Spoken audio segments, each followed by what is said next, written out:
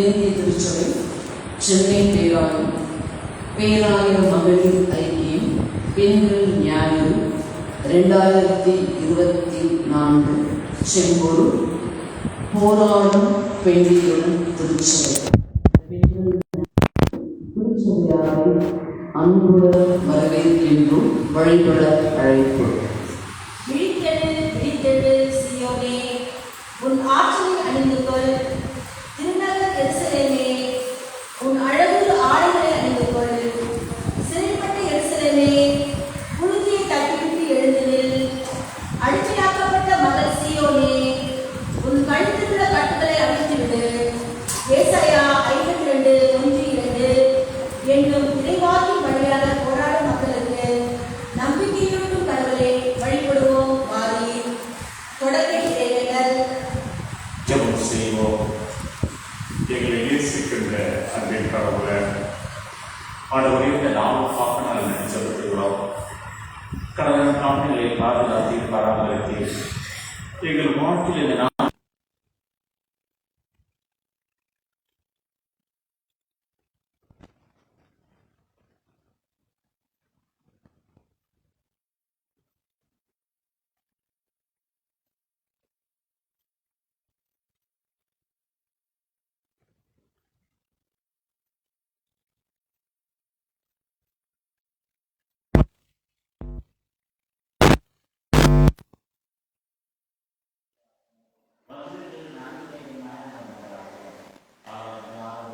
தொடர்ந்து வருடத்து விடுமாய் இயேசுவின் வழியை ஜெபிக்கிறோம் நல்ல பிதாவே, ஆமென். இந்த சிறப்பு நாளுக்கான தொடக்க பாடலாக சத்தாய் நிஷ்கலமாய் கீர்த்தனை 1 என்ற பாடலை அனைவரும் எழுந்து நின்று சேர்ந்து பாடுவோம். மூவொரு கடவுளை போற்றுதல். ஒவ்வொரு போற்றுதலுக்கு பின்பும் சர்வ லோகாதிப நமஸ்காரம் என்ற பாடலை பாடுவோமாக.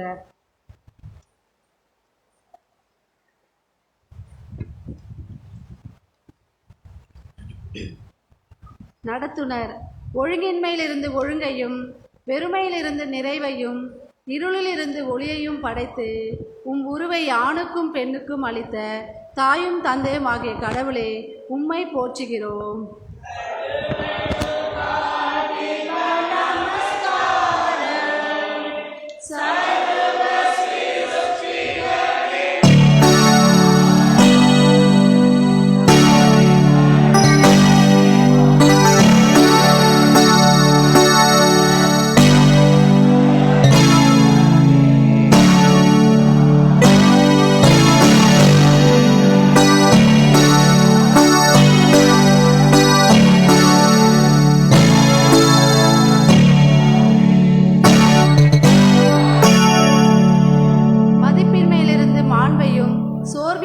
நம்பிக்கையையும் அடிமைத்தனத்திலிருந்து விடுதலையும் அளிக்க எம் வலியை சிலுவையில் ஏற்று மீட்பை அருளிய மயந்தராம் கடவுளே, உம்மை போற்றுகிறோம்.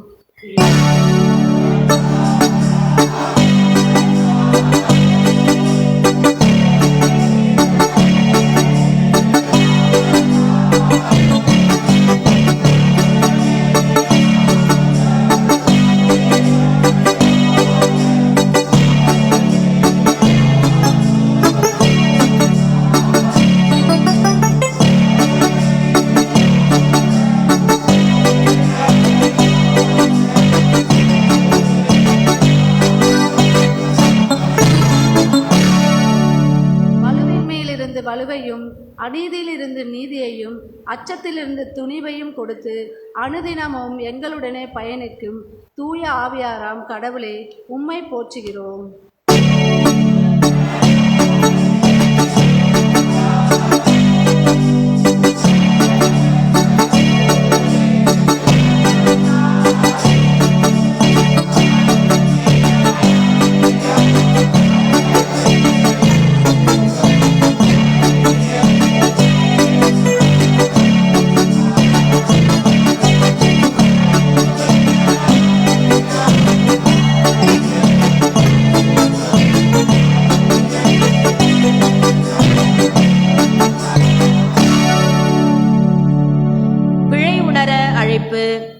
நீங்கள் ஒவ்வொருவரும் உங்கள் தீய வழியிலிருந்து திரும்புங்கள். உங்கள் வழிகளையும் செயல்களையும் திருத்திக் கொள்ளுங்கள்.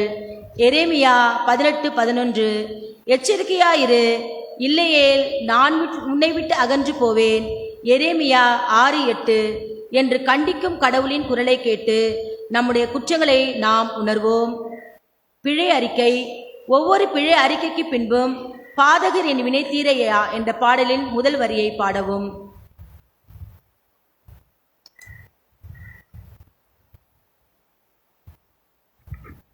பிழை அறிக்கை. எம் பெண்கள் கடவுளின் சாயல் உடன் படைப்பு என்பதை அறிந்திருந்தும் ஏற்றுக்கொள்ளாமல் அவர்களை இழிவுபடுத்தி ஏளனம் செய்து அவர்களது சிறப்புகளை மட்டுப்படுத்தி அவர்களது இருப்பு நிலையை அங்கீகரிக்காமல் பெண் தலைமைத்துவத்தை ஏற்றுக்கொள்ளாமல் கடவுளின் திருவுளத்தை அசட்டு செய்யும் எங்கள் இழிநிலையை எண்ணி மனம் வருந்துகிறோம்.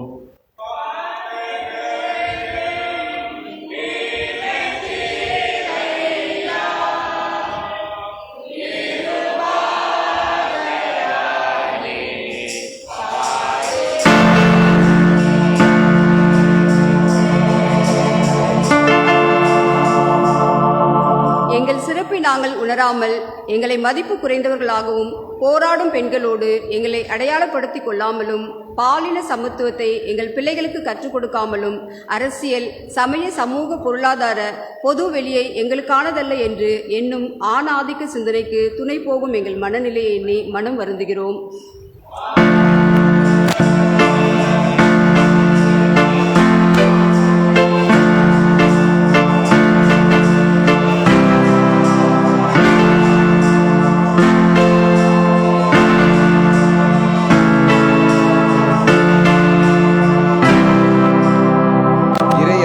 கட்டுமானத்தில் கருவிலாக நாங்கள் இருக்கிறோம் என்பதை மறந்து திருவார்த்தைக்கு மதிப்பளிக்காமல் பாலின சமத்துவத்தை அறிந்திருந்தும் முற்போக்கு சிந்தனைகளை ஏற்றுக்கொள்ளாமல் தொழில்நுட்ப வாழ்வுக்காக பயன்படுத்தாமல் பிறரை இழிவுபடுத்த பயன்படுத்தும் எங்கள் இளநிலையை எண்ணி மனம் வருந்துகிறோம்.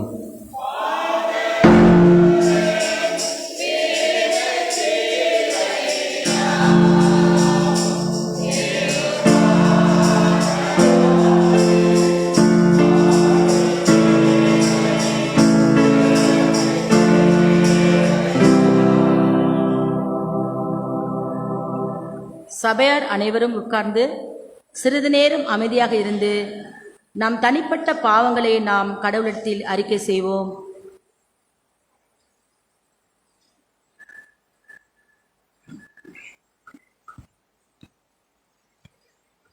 நீங்கள் உங்கள் வழிகளையும் செயல்களையும் முற்றிலும் சீர்படுத்தி கொண்டால், ஒருவரோடு முற்றிலும் நேர்மையுடன் நடந்து கொண்டால், அந்நியரையும் அனாதைகளையும் கைபெண்களையும் ஒடுக்காதிருந்தால், மாசற்றோரின் இரக்கத்தை இவ்விடத்தில் சிந்தாதிருந்தால், நம் பெற்றவராம் அனைத்தாரையும் பொருந்திய நம் கடவுள் நம் பிழைகளை நமக்கு மன்னித்து நிலை வாழ்விற்கு நேராக நம்மை வழி நடத்துவாராக. ஆமீன். திருமறை பாடங்கள் வாசிக்க கேட்போம்.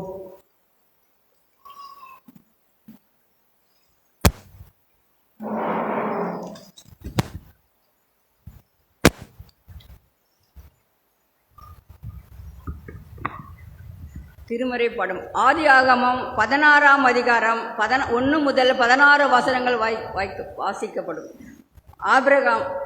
ஆபிரகாம் மனைவியாகிய சாராய்க்கு பிள்ளையில்லாதிருந்தது. எகிப்து தேசத்திலாகிய ஆகார் என்னும் பேர் கொண்ட ஒரு அடிமை பெண் அவளுக்கு இருந்தாள்.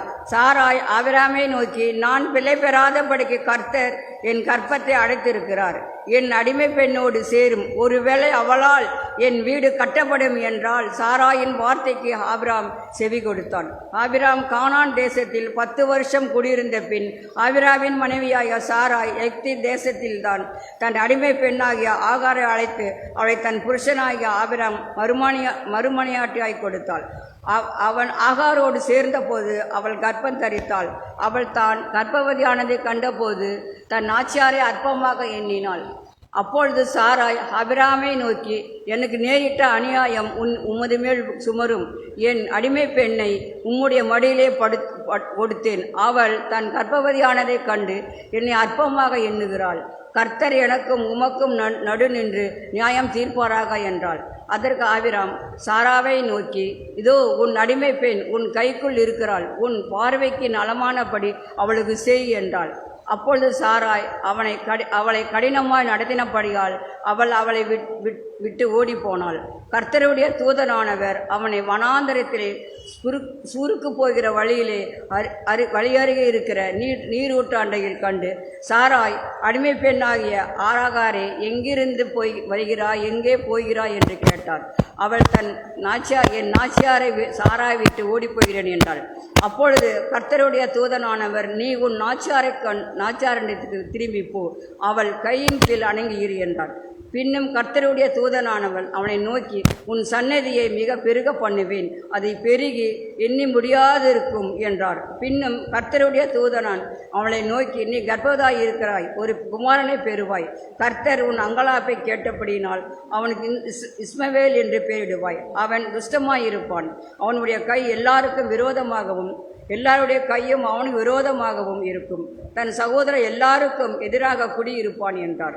அப்பொழுது அவன், என்னை காண்பவரை நானும் இவ்விடத்தில் கண்டேன் அல்லவா என்று சொல்லி தன்னோடு பேசின கர்த்தருக்கு, நீர் எனக்கு காண்கிற தேவன் என்று பெயரிட்டாள்.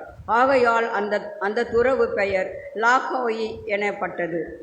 அது காதேசுக்கும் பாரேத்துக்கும் நடுவே இருக்கிறது. ஆகார் ஆபிராமுக்கு ஒரு குமாரனை பெற்றாள். ஆகார் பெற்ற தன் குமாரன் இஸ்மவேல் என்று பெயரிட்டான். ஆகார் ஆபிராமுக்கு இஸ்மவேலை பெற்ற போது ஆபிராம் 86 வயதாக இருந்தார். வாசிக்க தெரிந்த தேவனுக்கே நன்றி.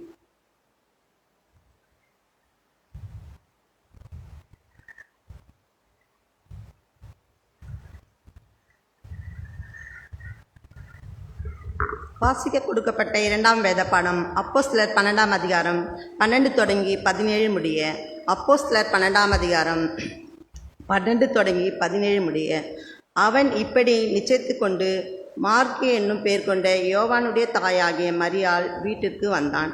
அங்கே அநேகர் கூடி ஜபம் பண்ணி கொண்டிருந்தார்கள். பேதுரு வாசற்கதை தட்டினபோது ரோதை என்னும் பேர் கொண்ட ஒரு பெண் உற்று கேட்க வந்தாள். அவள் பேதுருவின் சத்தத்தை அறிந்து சந்தோஷத்தினால் கதவை திறவாமல் உள்ளே ஓடி, பேதுரு வாசற்கு முன்னே நிற்கிறார் என்று அறிவித்தாள். அவர்கள், நீ பிதற்றுகிறாய் என்றார்கள். அவளோ, அவர்தான் என்று உறுதியாய் சாதித்தாள். அப்பொழுது அவர்கள், அவருடைய தூதனாய் இருக்கலாம் என்றார்கள். பேதுரு பின்னும் தட்டி கொண்டிருந்தான். அவர்கள் திறந்தபோது அவனை கண்டு பிரமித்தார்கள். அவர்கள் பேசாமல் இருக்கும்படி அவன் கை மாற்றி, கர்த்தர் தன்னை காவலிலிருந்து விடுதலையாக்கின விதத்தை அவர்களுக்கு விவரித்து, இந்த செய்தியை யாக்கோபுக்கும் சகோதரருக்கும் அறிவிங்கள் என்று சொல்லி புறப்பட்டு வேறொரு இடத்திற்கு போனான். வாசிக்க வேண்டிய வேத பாடம் வாசிந்தாச்சு.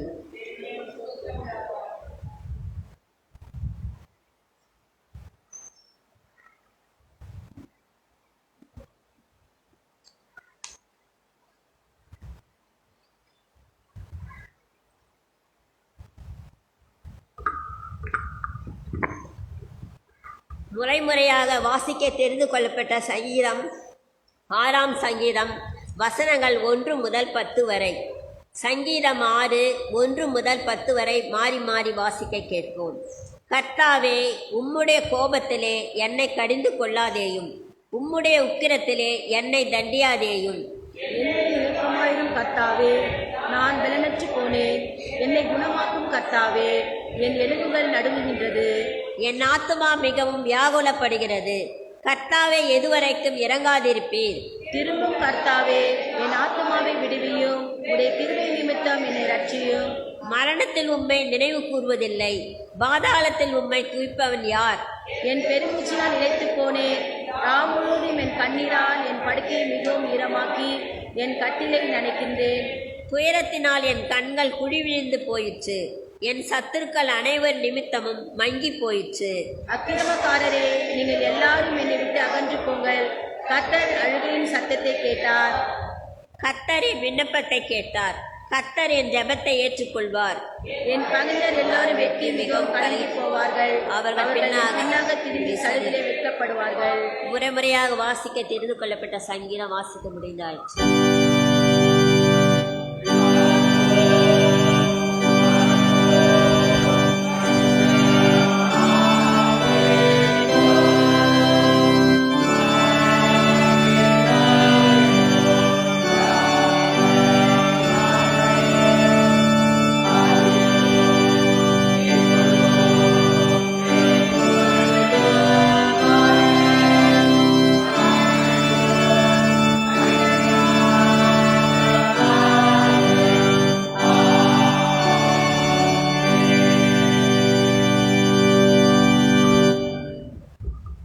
வாசிக்கும்படியாக தெரிந்து கொண்ட 3ஆம் வேத பாடம் சுவிசேஷ வேத பாடம் லூக்கா எழுதின சுவிசேஷம் 8ஆம் அதிகாரம் 43 முதல் 48 வசனங்களை கடவுளுடைய வசனத்தை வாசிக்க கேட்போமாக. 43 முதல் 48 வரை. அப்பொழுது 12 வருஷமாய் பெரும்பாடுள்ளவளாயிருந்து தன் ஆஸ்தியெல்லாம் வைத்தியர்களுக்கு செலவழித்து ஒருவனாலும் சொஸ்தமாக்கப்படாதிருந்த ஒரு ஸ்திரீ அவருக்கு பின்னாக வந்து அவருடைய வஸ்திரத்தின் ஓரத்தை தொட்டாள். உடனே அவளுடைய பெரும்பாடு நின்று போயிற்று. அப்பொழுது இயேசு, என்னை தொட்டது யார் என்று கேட்டார். எங்களுக்கு தெரியாதென்று எல்லோரும் சொன்னபோது பீதுருவும் அவனோடு கூட இருந்தவர்களும், ஐயரே, திரளான ஜனங்கள் உம்மை சூழ்ந்து நெருங்கி கொண்டிருக்கிறார்களே, என்னை தொட்டது யார் என்று எப்படி கேட்கிறீர்கள் என்றார்கள். அதற்கு இயேசு, என்னிடத்திலிருந்து வல்லமை புறப்பட்டதை அறிந்திருக்கிறேன், ஆதலால் ஒருவர் என்னை தொட்டதுண்டு என்றாள். அப்பொழுது அந்த ஸ்ரீ தன் மறைந்திருக்கவில்லை என்று கண்டு நடுங்கி வந்து அவர் முன்பாக விழுந்து தான் அவரை தொட்ட காரணத்தையும் உடனே தான் சொஸ்தமானதையும் எல்லா ஜனங்களுக்கு முன்பாக அவருக்கு அறிவித்தாள். அவர் அவளை பார்த்து, மகளே, திடன்கொள், உன் விசுவாசம் உன்னை ரட்சித்தது, சமாதானத்தோடே போ என்றார் என்பதே வாசிக்கும்படியாக தெரிந்து கொண்ட 3ஆம் வேத பாடம் முடிந்தது. தேவனே, உமக்கு ஸ்தோத்திரம் உண்டாவதாக.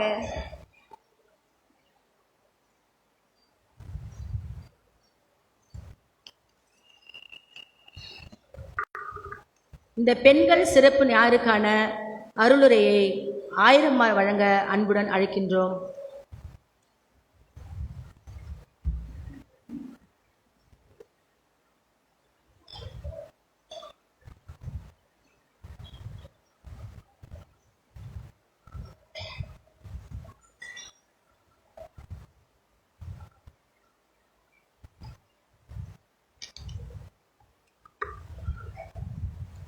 ஜெபம்.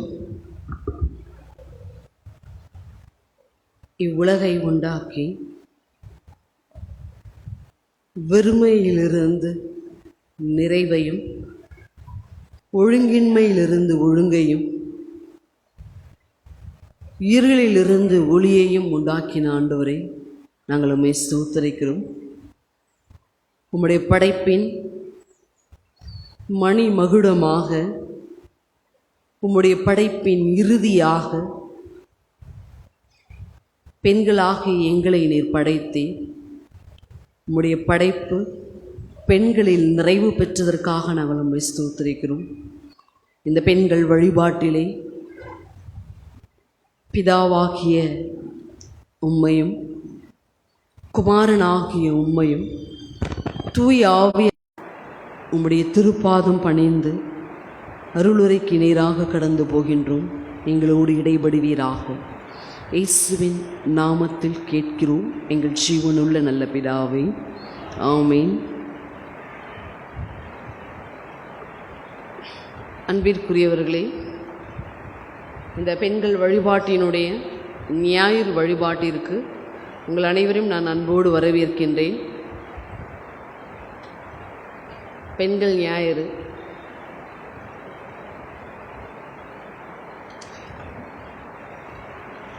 ஒவ்வொரு சிம்பரினுடைய அடிப்படையாக இந்த பெண்கள் ஞாயிறினுடைய சார அம்சம் அமைந்திருக்கும்.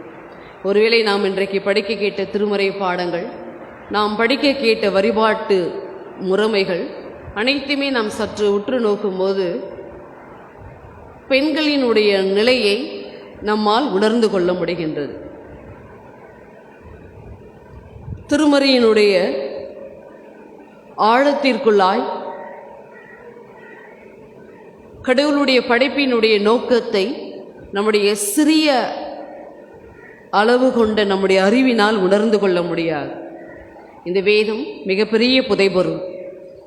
இந்த புதைபொருளினுடைய வெளிச்சத்திலே கடவுள் இந்த நாளிலே நமக்கு எந்த காரியங்களை உணர்த்துகிறாரோ அதை உணர்ந்து கொள்ள நாம் அழைக்கப்படுகின்றோம். இந்த வழிபாட்டிற்குள்ளாய் உங்கள் மத்தியிலே ஒன்றுக்குமே தகுதியில்லாத என்னையும் தகுதிப்படுத்தி நிலைநிறுத்தி இந்த நாளில் இந்த அருளுரையை வழங்கும்படியாய் எனக்கு ஆண்டவர் பாராட்டின் இந்த மகாபரிய தயவிற்காக ஆண்டவருடைய திருப்பாதம் பணிந்து நான் நன்றிகளை சமர்ப்பிக்கின்றேன். அவ்வழியாக இவ்வாய்ப்பை கொடுத்த நம்முடைய ஸ்தல போதகர் அருள்பணி ஞானதுரை ஐயா அவர்களுக்கும் என்னுடைய நன்றிகளை நான் சமர்ப்பித்துக் கொள்கின்றேன். அவ்வழியாக என்னை அன்போடு ஏற்றுக்கொண்ட திருச்சபையாருக்கும் குறிப்பாக பெண்கள் ஐக்கிய சங்கத்தாருக்கும் என்னுடைய வாழ்த்துதலையும் நான் தெரிவித்துக் கொள்கின்றேன். கடவுளுடைய படைப்பினுடைய நிறைவே யார் தாங்க? பெண்கள் தான். கடவுளுடைய படைப்பினுடைய ஆரம்பம் ஒழுங்கின்மையிலிருந்து கடவுள் இவ்வுலகை உண்டாக்குகின்றார். ஒவ்வொன்றாக ஒவ்வொரு நாளாக படைக்கின்றார்.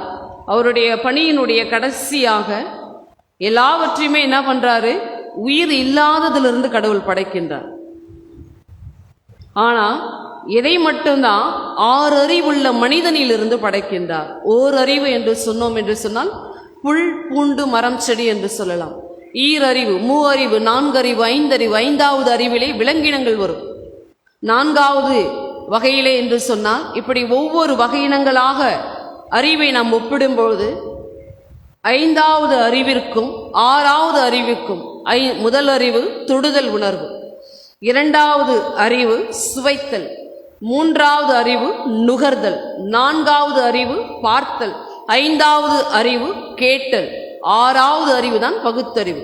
இந்த 6வது அறிவை மனிதர்களாகிய நமக்கு கொடுத்து உயிருள்ள மனிதனில் இருந்து உயிரில்லாத மனுக்குலங்களை எல்லாம் படைத்து அவற்றை ஆண்டு கொள்ளும்படியாக செய்து உயிருள்ள மனிதனினுடைய விழா எலும்பிலிருந்து மனுஷியாகிய பெண்ணை படைத்து தன்னுடைய பணியை கடவுள் நிறைவு செய்கின்றார். அப்ப இந்த உலகத்துல யார் தான் பெஸ்ட்? யார் தான்? சொல்லுங்க, சத்தமா பயப்படாம சொல்லுங்க. நம்ம தான். யார் தான்? நம்ம தான். பெண்கள். வார்த்தைகளே இல்லாத வடிவம். அம்மா,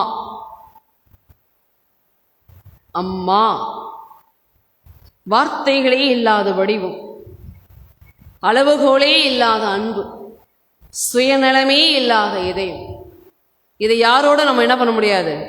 ஒப்பிடவே முடியாது. வார்த்தைகளால் வடிவுகோலை உண்டாக்க முடியாது, அளவுகோலால் அளக்க முடியாது, சுயநலத்தையுமே பார்க்க முடியாத ஒரு உணர்வு. இது அத்தனைக்கும் பொருத்தம் யார் தான்? அம்மா தான். ஒருவேளை சிந்தித்து பார்ப்போம் என்று சொன்னால், யோசித்து பார்ப்போம் என்று சொன்னால், இந்த இடத்துல உங்களையும் என்னையும் அழைத்து வந்தது நம்முடைய தாயினுடைய ஜெபமாக தான் இருக்கும். உண்மையா இல்லையா? நம்ம அம்மாவினுடைய கண்ணீர், அவருடைய பொருத்தனை, அவருடைய ஜெபங்கள் இந்த சமுதாயத்தில் உங்களையும் என்னையும் என்ன பண்ணியிருக்கு? இந்த ஆலயத்தில் ஆண்டவருடைய சமூகத்தில் நிலை நிறுத்தி இருக்கிறது. அம்மாவினுடைய சேலை வர்ணிக்கவே முடியாது. அம்மாவினுடைய புடவைக்கு என்ன பண்ண முடியாது? வார்த்தைகளே சொல்ல முடியாது. அம்மாவினுடைய சேலை தொட்டிலாக நமக்கு இருந்திருக்கிறது. அம்மாவினுடைய சேலை நமக்கு படுக்கையாக இருந்திருக்கிறது. அம்மாவினுடைய சேலை போர்வையாக, நம்முடைய காயங்களுக்கு கட்டுதலாக, நம் மழையில் நனைந்து வரும்பொழுது நமக்கு துடைக்கின்ற துடைப்பானாக, அம்மாவினுடைய சேலை நமக்கு அரவணைப்பாக இல்லை? அம்மாவினுடைய சேலை எத்தனை முறை நம்மை அப்பாவினுடைய கைகளிலிருந்து, நம்முடைய உடன்பிறப்புகளினுடைய கைகளிலிருந்து நம்மை மறைத்து கொண்டிருக்கிறார். அம்மாவினுடைய முந்தானி முடிச்சியில் இருக்கிற சில்லறை காசு எத்தனை முறை நம்முடைய தேவையை சந்தித்திருக்கிறது. கடுகு டப்பாவிலும் மெழுகு டப்பாவிலும் புடவை கடியிலும் அம்மா வைத்திருந்த பணங்கள் எல்லாம் நம்முடைய வாழ்நாளை இன்றைக்கு நம்மளுடைய வங்கி கணக்கில் இருக்கிற பணத்திற்கு ஈடாகுமா? ஈடாகவே ஆகும். அம்மாவினுடைய புடவையினுடைய வாசனை எந்த நறுமண பொருளும் கொடுக்க முடியாது. இப்படி எத்தனை வார்த்தைகள் வேண்டுமென்றால் சொல்லலாம். பெண்கள் தன்னை உருக்கி மெழுகுவத்தியாக தன் குடும்பத்திற்கு ஒளி வீசி கொண்டிருப்பவர்கள், ஏணியாக இருந்து அந்த ஏணியை ஏற்றி அதே இடத்துல நின்று அநேகருடைய வாழ்வினுடைய ஏற்றத்திற்கு காரணமானவர்கள். இப்படி வர்ணிக்க முடியாத வார்த்தைகளால் பெண்களை சொல்லி இவ்வழிபாட்டிற்கு நேராக இந்த திருமறையினுடைய வெளிச்சத்திற்குள்ளாக கடவுள் இன்றைக்கு எதை நமக்கு உணர்த்துகிறார், அந்த உணர்விற்குள்ளாய் கடந்து போவோம். தலைப்பு சொல்லுங்களேன்.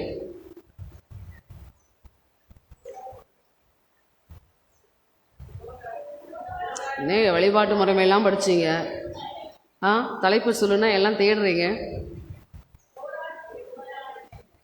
சொல்லுங்க சத்தமா. போராடும் பெண்டீருடன் திருச்சபை.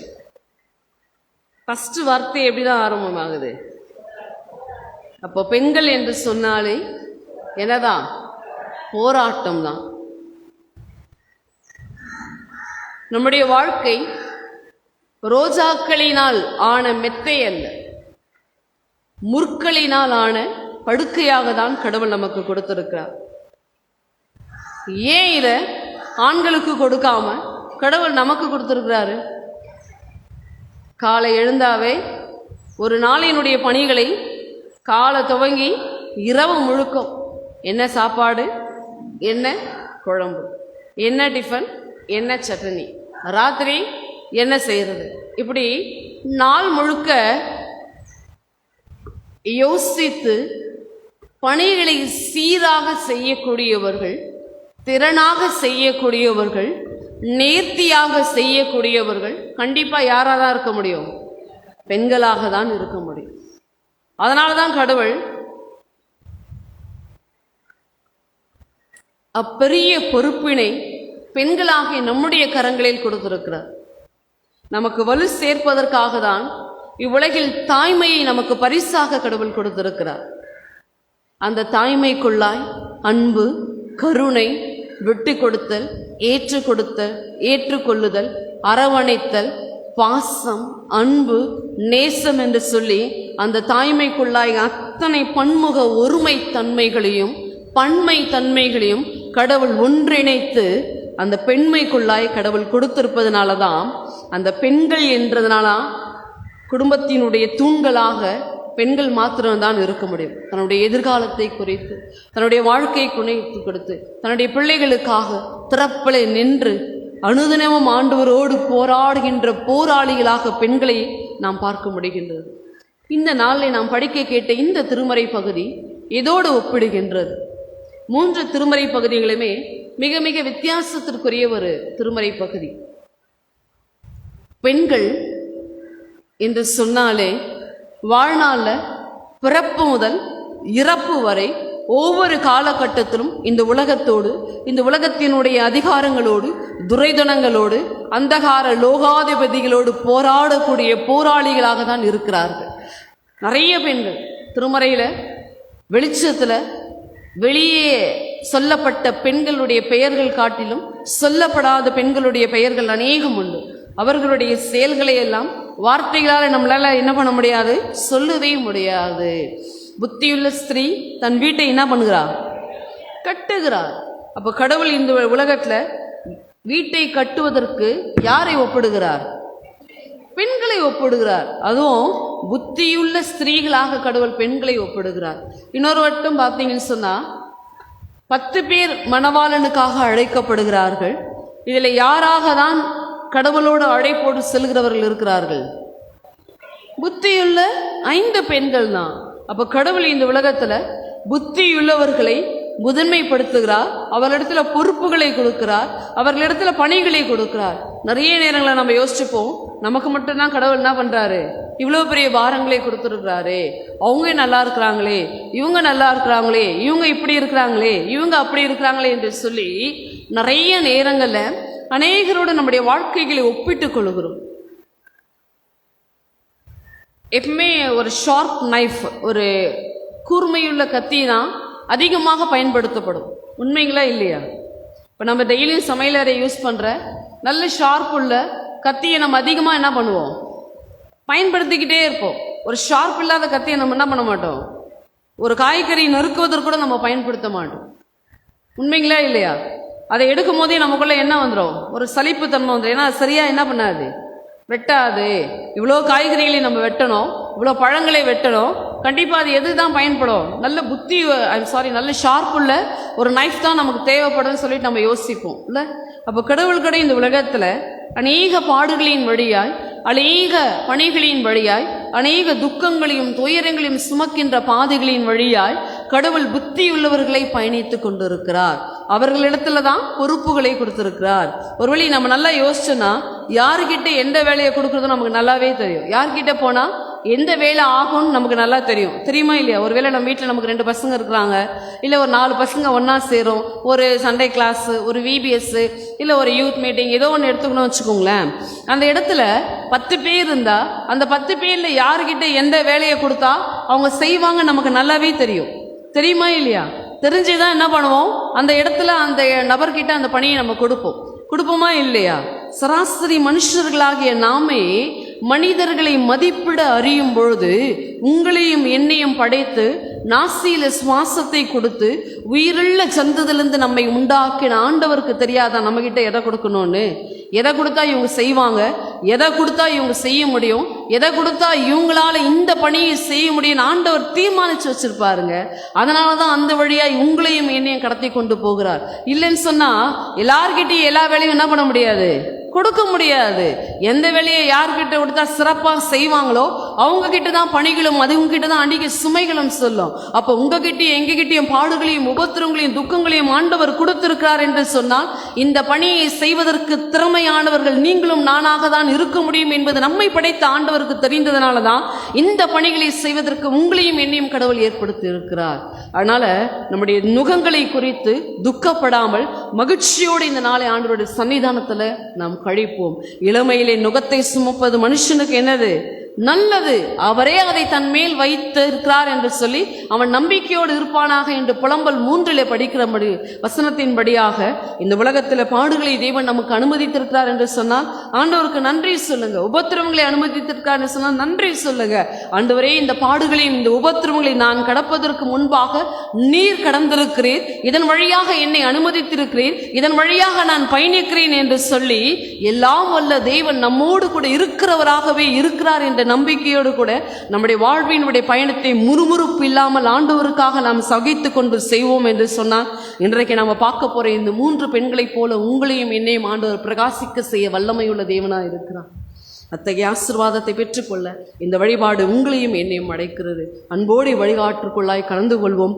தூய ஆவியானவருடைய திருப்பணி உங்களின் வழியாக எண்ணின் வழியாக நிறைவேற நம்மை நாம் அர்ப்பணிப்போம். நாம் படிக்க கேட்ட முதல் திருமறை பகுதி ஆதியாகமம் 16. யார் வராங்க? ஆகார். இவங்க யார்? இங்கிருந்து அடிமையாக வரப்பட்டவர்கள். எகிப்திலிருந்து எப்படி வந்தாங்க? ஆதியாகமம் 12ஆம் அதிகாரத்துல உன் தேசத்தை விட்டு உன் இனத்தை விட்டு நான் உனக்கு காண்பிக்கும் இடத்திற்கு நீ போ என்று சொல்லி ஆபிரகாமை அழைத்த தேவன் எகிப்து தேசத்திற்குள்ளாய் அவங்களை கொண்டு போவார். அப்ப சாராள் மிகவும் அழகுள்ள பெண்ணா இருப்பதனால அவளை நிமித்தம் தன்னுடைய உயிர் போகக்கூடாது என்பதற்காக ஆபிரகாம் அந்த இடத்துல என்ன பண்ணுவாரு, அந்த தேசத்தார் எல்லார் இடத்துல அவங்களை சகோதரின்னு சொல்லியிருப்பார்.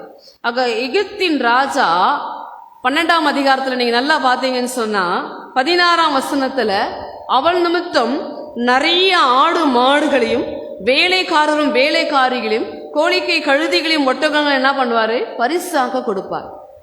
இப்படி ஆபிரகாமினுடைய வீட்டுக்கு வந்தவங்க தான் யாரு? ஆகார். ஒரு அடிமை பெண் ஆபிரகாம் இடத்திற்கு வருவதற்கு முன்பாக எகிப்து ராஜாக்கு தன்னை விற்று போட்ட தன்னுடைய குடும்பத்தால விற்று போடப்பட்டவள் யாருன்னா இந்த ஆகார். இப்ப ஆகாரனுடைய வரலாறு உங்களுக்கு தெரிஞ்சிருக்கும் நான் நம்புறேன். எங்க எகிப்து தேசத்துல எகிப்தியர்களுடைய குடும்பங்கள்ல விற்கப்பட்ட பெண் யாருன்னா இந்த ஆகார். இவங்க எகிப்து தேசத்துல அடிமையா இருக்கிறாங்க. அரசனுடைய கீழே சாராளினுடைய நிமித்தமாக சாராளுக்கு எகிப்து தேசத்துல ராஜா கொடுத்த பரிசு நிமித்தமா நிறைய பரிசுகள் வருது. அதுல உயிருள்ள ஜந்துக்களாக வேலைக்காரர்களும் வேலைக்காரிகளும் வராங்க. அதுல வேலைக்காரியாக கொண்டு வரப்பட்டவள் தான் இந்த ஆகார். வேற என்ன சொல்லுங்க ஆகாரை பத்தி? முக்கியமான விஷயத்தையும் சொல்ல மாட்டேங்கிறீங்களே. பேசுங்க. நான் மட்டும் பேசிட்டே இருந்தா நல்லா இருக்காது. எல்லாருமே கம்முனே இருக்கிற மாதிரி இருக்குது. மனைவியா இருக்கிறாங்க. அடுத்தது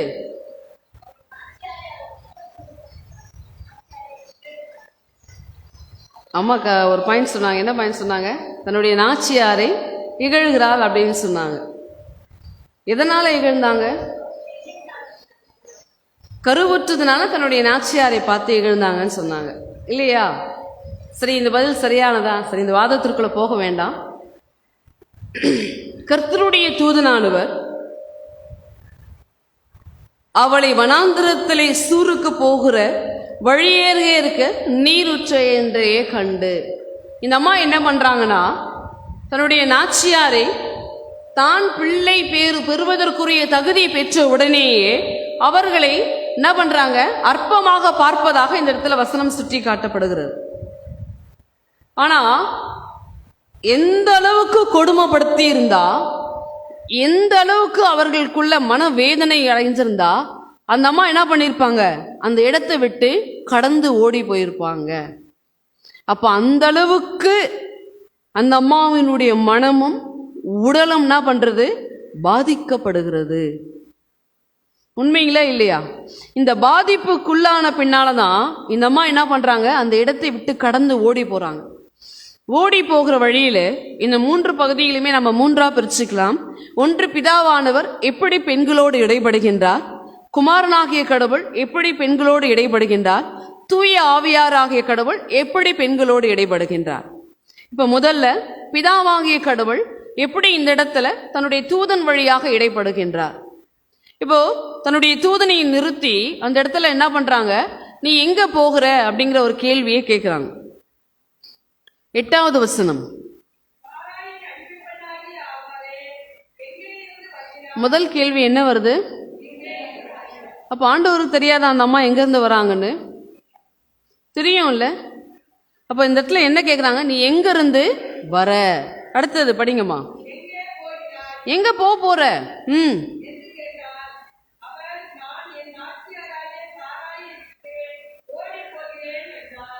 9வது வசனம்,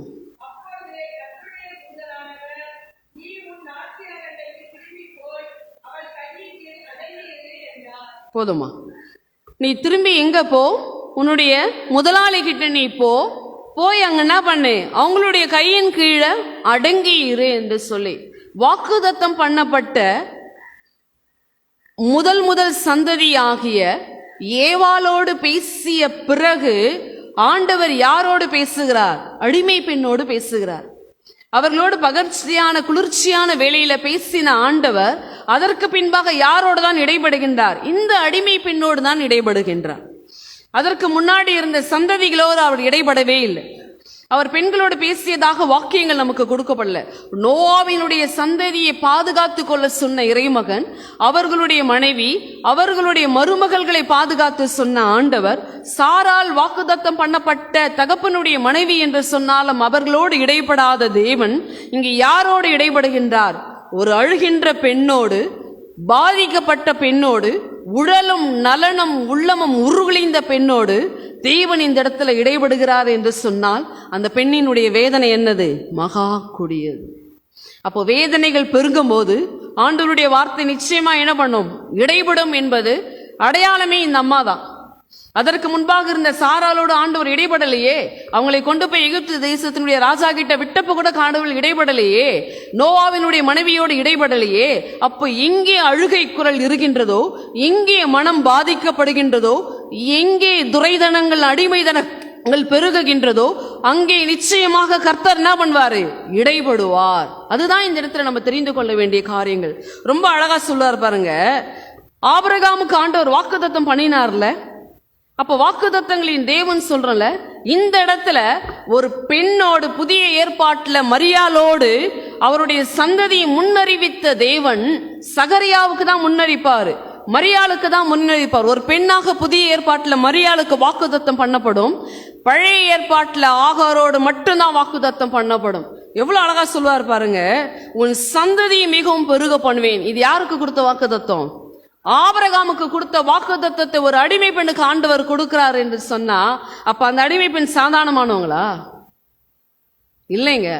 இந்த வேதத்தினுடைய பார்வையில நம்ம எப்படி எடுத்துக்கொண்டாலும் தேவனுடைய பார்வையில இவங்க பிரசித்த பெற்றவர்கள். அதனாலதான் ஆபிரகாமுக்கு கொடுத்த அதே வாக்குத்தத்தத்தை உன் சந்ததியை நான் பெருக பண்ணுவேன் என்று சொல்லி வனாந்திரத்தில் அழுகையோடு இருந்த அந்த பெண்ணை பார்த்து ஆண்டவர் சொல்லுகிறார். அடுத்தது பாருங்களேன், அது பெருகி எண்ணி முடியாததா இருக்கும். எப்படி இருக்கும்? அதனுடைய எண்ணிக்கை அடக்கவே முடியாது. உன் சந்ததியை நான் பெருக பண்ணுவேன். உன் பிள்ளையை சுமந்து கொண்டு கண்ணீரோடு கர்ப்பவதியாய் வனாந்திரத்திற்குள் அழுது கொண்டு போகின்றாய். சூர செடிக்கிட்ட நிக்கிறையே, உனக்கு நான் என்ன பண்றேன்? துணையாய் நிற்கிறேன். இல்ல ஏசாயால வாக்குத்தத்தம் பண்ணுவார் பாத்தீங்களா? 41ல உன் வலது பக்கத்துல நான் என்ன பண்றேன்? உனக்கு துணையாய் நிற்கிறேன் என்று சொன்ன ஆண்டவர் இந்த இடத்துல என்ன பண்றாரு? இந்த அம்மாவுக்கு துணையாய் நிற்கிறேன் என்று சொல்லி வாக்குத்தத்தத்தை கொடுக்கிறார் பாருங்க. அப்ப வாக்குத்தத்தம் பண்ணப்பட்ட ஆபிரகாமினுடைய சந்ததியா இருந்தாலும் ஒரு பெண்ணுக்கு தேவன் இந்த இடத்துல தரிசனம் மாறி வாக்குத்தத்தத்தை கொடுத்து தரிசனங்களை கொடுக்கிறார். அதற்கு பின்னால பாத்தீங்களா 13ஆம் வசனம் வாசிங்களேன்.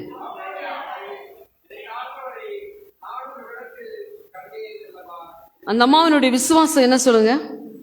என்னை பார்க்கிறவரை நான் என்ன பண்றேன்?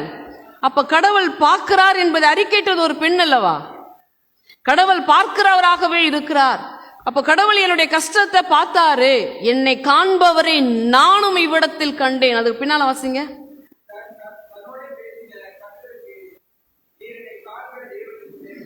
நீர் என்னை காண்கிற தேவன் என்று சொல்லி முதல் ஆண்டவருக்கு பேரிட்டதே ஒரு பெண் தாங்க. எப்படி சொல்றாங்க? நீர் என்னை காண்கிற தேவன் என்று சொல்லி முதல்ல ஆண்டவருக்கு பேரிட்டது யாருன்னா ஒரு பெண் தான். இவ்வளோ பெரிய ஒரு பாக்கியம் இல்ல? எவ்வளோ பெரிய ஒரு ஆசீர்வாதம் இல்ல? கிரகிக்க முடியாத பெயரை விட்டு என்னை காண்கிறவரை நானும் இவ்விடத்தில் கண்டேன். எவ்வளோ அழகான வாசியம் பாருங்க. கர்த்தருக்கு நீர் என்னை காண்கிற தேவன் என்று சொல்லி பெயரிட்டாள். அப்ப எவ்வளவு பிரசித்த பெற்றிருந்தா, இந்த வார்த்தை உயிருள்ளதா இருந்தா தூய ஆவியானவர் இந்த வார்த்தையை எழுத வச்சிருப்பாரு. இந்த வார்த்தை எப்படி இருந்துச்சுன்னா இந்த வேதாகமத்துல இந்த வார்த்தை இடம்பெற்றிருக்கிறது. இவ்வளோ பெரிய பாக்கியம் இல்ல? அந்த வார்த்தை அந்த அம்மாக்குள்ள கிரியை செஞ்சதுனால இனி வாழவே கூடாது, இனி அந்த வீட்டில் இருக்கவே கூடாது, நான் தப்பிச்சா போதும், என் பிராணன் தப்பிச்சா போதும், என் கர்ப்பத்தின் கனி தப்பிச்சா போதும்னு சொல்லிட்டு திரும்பி வந்தவங்கள ஆண்டவருடைய வார்த்தை பலப்படுத்தி திடப்படுத்தி திரும்பி எங்க போக வைக்குது? எந்த இடத்துல இருந்து வந்தாங்களோ அந்த இடத்துக்கு போச்சுன்னா, ஒரு அடிமை பெண்ணினுடைய வாழ்க்கையில ஆண்டவருடைய வார்த்தை ஜீவன் உள்ளதா இருந்ததுனால, உயிர் உள்ளதா இருந்ததுனால, பலப்படுத்தினதுனாலதான் பலமே இல்லாத தன்னுடைய வாழ்நாளை இனி வாழவே கூடாதுன்னு ஓடி வந்தவங்களை திரும்பி கொண்டு போய் எங்க நிக்க வச்சது? அதே இடத்துல நிக்க வச்சதுன்னா ஆண்டவருடைய வார்த்தை ஒரு மனுஷனை இந்த இடத்துல உயிர்ப்பிச்சிருக்கிறது. அந்த வாக்குத்தத்தம் அந்த அம்மாவுக்குள்ள நிலை பெற்றதுனால, ஆண்டவருடைய வார்த்தையின் மேல் விசுவாசம் அதிகரித்ததுனால, ஆண்டவருடைய வார்த்தையின் மேல நம்பிக்கை பெருகுதுனால திரும்பியும் அந்த அம்மா எங்க கொண்டு போய் நிக்க வைக்குது? பெண்கள் அவ்வளவு சிறுபத்துல திரும்பியும் போயிடுவாங்களா? சொல்லுங்களேன், நீங்க தான் சொல்லுங்களேன். ஒரு வார்த்தை சொல்லிட்டா திரும்பி நம்ம பார்ப்போமா? பார்க்கும் போதெல்லாம் என்னதான் ஞாபகம் வரும்? 1000 நன்மை செஞ்சிருக்கிட்டோங்க, அதையெல்லாம் பின்னாடி போயிடும். அந்த ஒரு வார்த்தை மட்டும் திரும்பி திரும்பி நம்மளுடைய சிந்தனையில நம்மள என்ன பண்ணோம்? வட்டம் அடிச்சுக்கிட்டே இருக்கும். அந்த வார்த்தை சொன்னாங்களே சொன்னாங்களே சொன்னாங்களேன்னு சொல்லிட்டு எப்பெல்லாம் அவங்கள நம்ம நினைக்கிறோமோ, எப்பெல்லாம் அவங்கள பார்க்குறோமோ என்னதான் ஞாபகம் வரும்? அவங்கள முன்னாடி அந்த வார்த்தை தான் வந்து நிற்கும். உண்மைங்களா இல்லையா? உண்மைதானே?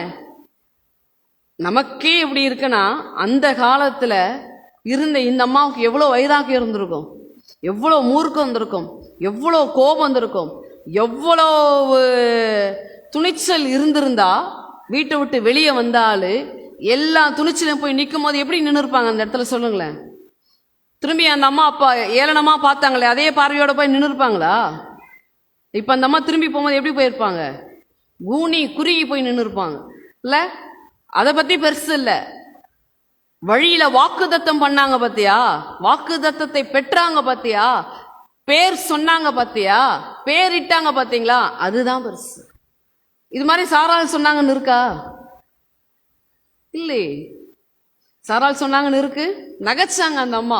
ஆண்டவருடைய வாக்குத்தத்தம் வந்த போது என்ன பண்ணாங்க? கூடாரத்திற்குள்ள நின்றுட்டு அந்த வாக்குத்தத்தங்களை சொல்லி நகைச்சாங்க. இனி எனக்கு என்ன ஆகும் அப்படின்னு சொல்லி நகைச்சாங்க. ஆனா ஆண்டவருடைய வார்த்தை வந்த பின்பு பலனோடு ஏற்றுக்கொண்டு இஸ்மவேலை பெற்று மிகப்பெரிய நம்முடைய இனமாக இஸ்லாமியர்களுடைய தாயாக இன்றைக்கும் நமக்கு முன்னால நிற்கிறாங்க. அடிமை பெண் என்று சொன்னதை விட வாக்குத்தத்தத்தை நம்பி வாக்குத்தத்தம் பண்ணின ஆண்டவருக்காக திரும்பவும் தன்னுடைய பயணத்தில் போனாங்க. திரும்பியும் அவங்களுக்கு என்ன, அங்கே ராஜ மெத்தலமாக கூப்பிட்டு வரவேற்று இருப்பாங்க? திரும்பியும் அதே அடிமைத்தனம் தான், திரும்பவும் அதே நச்சரிப்பு தான், திரும்பியும் அதே பலுதான், திரும்பியும் அதே சுமதான். இதற்கு முன்னால மாம்சத்தோடு போராடினாங்க, இப்ப எதோடு போராடுறாங்க? வாக்கு தத்தத்தோடு போராடுறாங்க. இதுக்கு முன்னாடி எப்படி போராடினாங்க? மாம்சத்தோடு போராடினால பலன் இழந்து போனாங்க. இப்ப ஆண்டவருடைய வார்த்தையை பெற்று, வாக்குதத்தம் பண்ண ஆண்டவரை பெற்று, அவரை கண்டு அந்த வார்த்தையினுடைய பலத்தோடு உள்ள போனதுனால எதிர்த்து நிற்க முடிஞ்சது. இந்த உலகத்துல உங்களையாலும் என்னாலும் எதிர்த்து நிற்க முடியும்னா மாம்சத்தோடு ரத்தத்தோடு நம்மளால நிற்கவே முடியாது. ஜீவனுள்ள இருபுறமும் கருக்குள்ள வார்த்தையை வச்சிருந்தீங்கன்னா நீங்க எந்த பாளையத்தினுடைய கடந்து போனாலும், எந்த மரண படுக்கையில் கடந்து போனாலும் உங்களை உயிர்ப்பிக்கிற ஆண்டவர் உங்களோடு கூட இருப்பார். எப்படி இருப்பாரு? மாம்சத்தோடு ஓடி வந்தாங்க, வார்த்தையை பெற்றாங்க, ஆண்டவரை கண்டாங்க, திரும்பி போய் தைரியமா நின்று சவால்களை எதிர்கொண்டாங்க. பாருங்க இப்ப என்ன வந்துச்சு? திரும்பி நான் போக மாட்டேன்னு பயந்து ஓடல. எலியாவுக்கு வாக்குத்தத்தம் பண்ணி சூறைச்செடிக்கு பின்னாடி போய் பயந்து உட்கார்ந்தார்ல, திடப்படுத்தினா. இந்த அம்மா திரும்பி ஓடல. எங்க போனாங்க? துணிச்சலோடு போய் நின்று அதே சவால்களை எதிர்கொள்ள தேவ வார்த்தை இந்த அம்மாவினுடைய வாழ்க்கையில பலனா இருந்தது. இன்றைக்கு உங்களையும் என்னையும் பலப்படுத்தணும்னா தேவ வார்த்தை நமக்குள்ளாய் இருக்கும் என்று சொன்னால் நிச்சயமாக நம்மால் பலமுள்ளவர்களாய் இந்த உலகத்திற்குள்ளாய் கடந்து போகும். அதை தான் இந்த அம்மா நமக்கு உணர்த்தியிருக்காங்க. இரண்டாவதாக நாம் படிக்க கேட்ட, முதலாவதாக பிதாவானவர் நம்மோடு இடைபடுகிறார். இரண்டாவதாக குமாரனாகிய கடவுள் பெண்களின் வழியாக இடைபடுகின்றார். நாம் படிக்க கேட்ட லூக்கா நற்செய்தி நூல் 8ஆம் அதிகாரம். இந்த 8ஆம் அதிகாரத்தினுடைய துவக்கத்திலே நீங்க பார்த்தீங்கன்னா ஆண்டவர் பெண்களை முன்னிலைப்படுத்தி தான் தொடங்கியே இருப்பார். இதுல நிறைய பெண்கள் என்ன பண்ண, பிசாசு பிடித்த பெண்கள் இருந்து விடுதலை கொடுத்த பெண்கள், குஸ்ஸாவின் மனைவியாகிய 2 மனைவிகள், யோவன்னா சூசன்னாவே என்ன பண்ணுவாரு, ஆண்டவர் அவர்களோடு இருந்த மனைவிகள். இன்னும் நிறைய பேர் என்ன பண்ணியிருப்பார், ஆண்டவருடைய திருப்பணிக்கு அழைச்சிட்டு தங்களுடைய ஆஸ்திகளால, தங்களுடைய உடலால, தங்களுடைய பொருள்களால அவளுக்கு ஊழியம் செஞ்சுட்டு நிறைய பெண்கள் வருவாங்க. இந்த வரிசையில இந்த அம்மாவை என்ன பண்றாங்க, இடம்பெற ஆரம்பிக்கின்றார்கள்.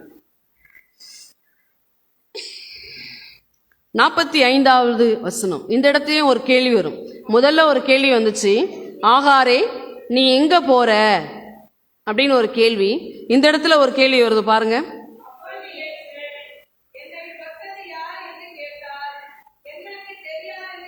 போதுமா? என்ன கேள்வி கேட்கிறாரு?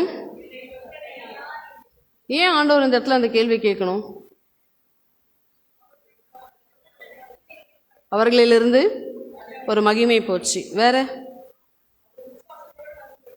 விசுவாசத்தோடு தொட்டாங்க. என்னப்பா? வேதனையோடு தொட்டாங்க. இதற்கு முன்னாடி நீங்க பார்த்தீங்கன்னா எல்லாரையும் ஆண்டவர் தாங்க தொட்டு சுகப்படுத்தியிருப்பாரு. யார் தான் தொட்டிருப்பாரு? ஆண்டவர் தான் தொட்டிருப்பார். ஆனா ஆண்டவரே தொட்டது யாரு? இந்த அம்மா தாங்க தொட்டாங்க. உங்களுக்கு புரியும் நான் நினைக்கிறேன். எல்லாரையும் ஆண்டவர் தொட்டு தொட்டு தொட்டு சுகப்படுத்தினார். வியாதியுள்ளவர்கள் மேல கைகள் வச்சாரு, குருடர் மேல பார்வை பொழியும்படி வச்சாரு. எல்லார் இடத்துலயும் அவருடைய கையை வச்சவரு. அவர் மேல கை வச்சது யார் தான்? எவ்வளவு துணிச்சல் இருக்கும்ல. ஒரு அடிமைதன வாழ்வு, வெளியே வரக்கூடாது என்ற வாழ்வு, நுகம் நிறைந்த வாழ்வு, பாடு நிறைந்த வாழ்வு, 12 வாழ்க்கள் நிமிர முடியாத வாழ்வு, சபிக்கப்பட்ட வாழ்வு, புறந்தள்ளப்பட்ட வாழ்வு, இனி வாழ்வே இல்லை என்ற வாழ்வு. யார வந்து தொடுறாங்க? இயேசுவை வந்து தொடுறாங்க. அவருடைய வஸ்திரத்தின் ஓரத்தை ஆகிலும் தொட்டா. வஸ்திரத்தை தொட்டாங்கன்னு சொல்லியிருக்கோம். ஆண்டவர் தெளிவா சொல்லியிருப்பார். என்ன சொல்லியிருப்பாரு? என்னை தொட்டது யாருன்னு கேட்டிருப்பார். என்ன கேட்டாரு? என்னை தொட்டது யார்?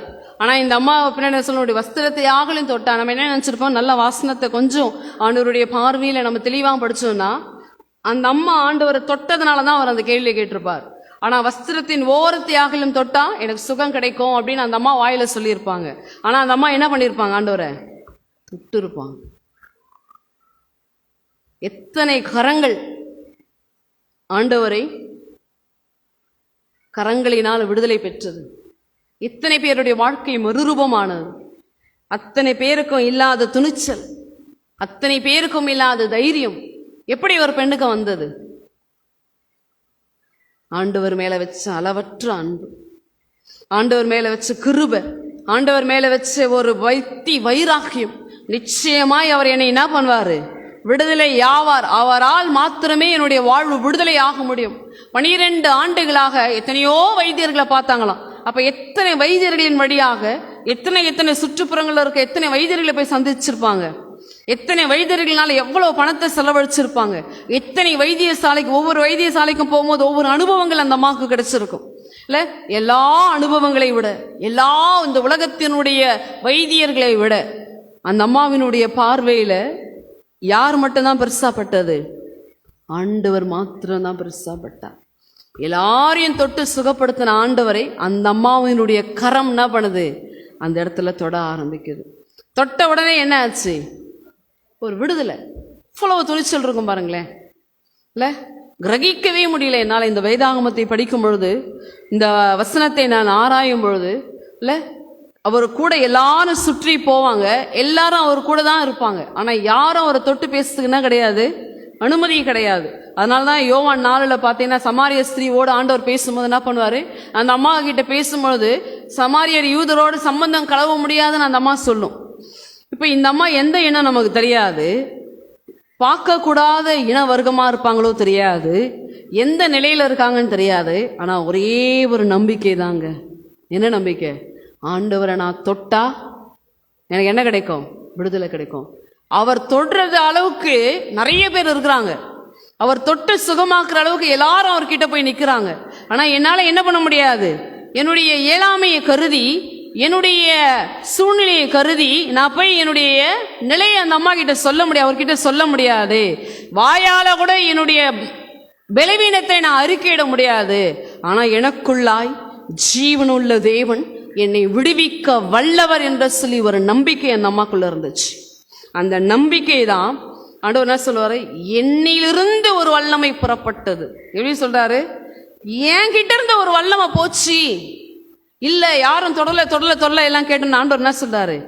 என்னிலிருந்த ஒரு வல்லமை புறப்பட்டு போனது அப்படின்னு சொல்லுவார். அந்த இடத்துல ஆண்டவர் இந்த விஷயத்தை அப்படியே விட்டுருக்கலாம், இதை பிரபலப்படுத்தி இருக்க வேண்டியதே இல்லை. ஆனா என்னை தொட்டாலும் உனக்கு என்ன கிடைக்கும்? விடுதலை கிடைக்கும் என்பதை நிரூபிப்பதற்காக, ஒரு பெண்ணினுடைய தைரியத்தை புகழ் சார்வதற்காக தான் தேவன் இந்த இடத்துல இந்த கேள்வி கேட்பார். அவருக்கு தெரியாதா இந்த இடத்துல நான் கடந்து போவேன், இவங்க வருவாங்க, இவங்களை இந்த இடத்துல குணமாக்க வேண்டியது பிதாவினுடைய சித்தம், இந்த சித்தத்தை நிறைவேற்றுவதற்காக தான் இந்த நேரத்துல இந்த இடத்துல நான் அனுப்பப்பட்டிருக்கேன், எல்லாமே தெரியும் அவருக்கு. தெரிஞ்சாலும் அந்த இடத்துல அந்த அம்மாவினுடைய பெயரை என்ன பண்ணோம்? புகழணும்.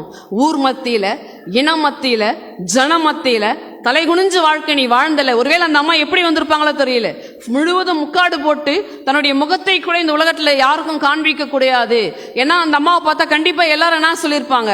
இவளை யார் இந்த இடத்துக்கு வர சொன்னது, இவளுக்கு என்ன இந்த வேலை என்று சொல்லி அவளை கல்லெறிஞ்சிருப்பாங்களோ, குற்றப்படுத்தி இருப்பாங்களோ, தண்டனைக்குள்ள தீர்த்திருப்பாங்களோ, எங்க கொண்டு போய் நிறுத்தி இருப்பாங்களோ, எத்தனை காணிக்கைகளை சொல்லியிருப்பாங்களோ, ஊருக்கு வெளியில துரத்தி இருப்பாங்களோ, எத்தனை அவமானத்தை அந்த அம்மா சந்திச்சு இருப்பாங்களோ என்ற பயத்துல தன்னுடைய முகத்தை கூட காட்ட முடியாத அளவுக்கு தான் பண்ணியிருப்பாங்க.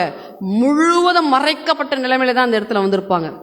ஆனா அந்த முழுவதும் மறைக்கப்பட்ட முக்காட்டை ஆண்டவர் திறந்து, உன் அடிமைத்தனத்திலிருந்து நான் உன்னை விடுதலை ஆக்குகிறேன் என்று சொல்லி ஆண்டவர் கொடுத்த விடுதலை தான் இந்த அம்மாவுக்கு. அதற்கு அடித்தளம்னா தான் ஜீவனுள்ள தேவனை அறிந்திருந்தார்கள். ஆண்டவரை தொடும்பொழுது விடுதலை கிடைக்கும். இன்றைக்கு ஆண்டவருடைய வார்த்தையை நாம் தொடும்போது, ஆண்டவரிடத்தில் விசுவாசம் வைக்கும் பொழுது நிச்சயமாக நம்முடைய வாழும் எத்தனை ஆண்டுகால தொடர் பிரச்சனையா இருந்தாலும் சரி, அது குடும்ப பிரச்சனையா இருந்தாலும் சரி, தனிப்பட்ட பிரச்சனையா இருந்தாலும், நம்முடைய வாழ்க்கையை குறித்து, நம்முடைய எதிர்காலத்தை குறித்து எதுவா இருந்தாலும் சரி, ஆண்டவரை தொட்டா விடுதலை கிடைக்கும் என்ற விசுவாசத்தினுடைய வர்த்தகத்தை விரிவாக்கம் செய்தவர் தான் இந்த அம்மா. அதை தான் இன்றைக்கு தேவன் உங்களுக்கும் எனக்கும் உணர்த்துகின்றார். 48ஆம் வசனம்.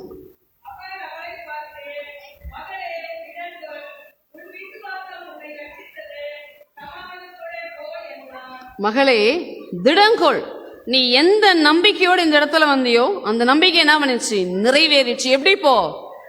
அமைதியா உன் வீட்டுக்கு போ, சமாதானத்தோடு போ. உலகம் கொடுக்கிற பிரகாரமாக அல்ல, என்னுடைய சமாதானத்தையே நான் உங்களுக்கு கொடுக்கிறேன். சமாதான பிரபுவாக இந்த உலகத்தில் வந்த ஆண்டவர் இந்த இடத்துல இந்த அம்மாவினுடைய தலைமுறைக்கே சமாதானத்தை கொடுக்கிறாருங்க. 12 ஆண்டு காலம் சமாதானம் இன்மையினால, மன வேதனையினால, ஏதோ ஒரு சிறிய பலவீனம் வந்துட்டா நம்மளால நிம்மதியா தூங்க முடியுமா? சாப்பிட முடியுமா? ஏதோ நாளைக்கு ஒரு டாக்டரை பார்க்குறோம், ஏதோ என்ன பண்ணிட்டாங்க, ஒரு டெஸ்ட் எடுன்னு சொல்லிட்டாங்கன்னா நைட்டெல்லாம் நம்மளால் தூங்க முடியாது.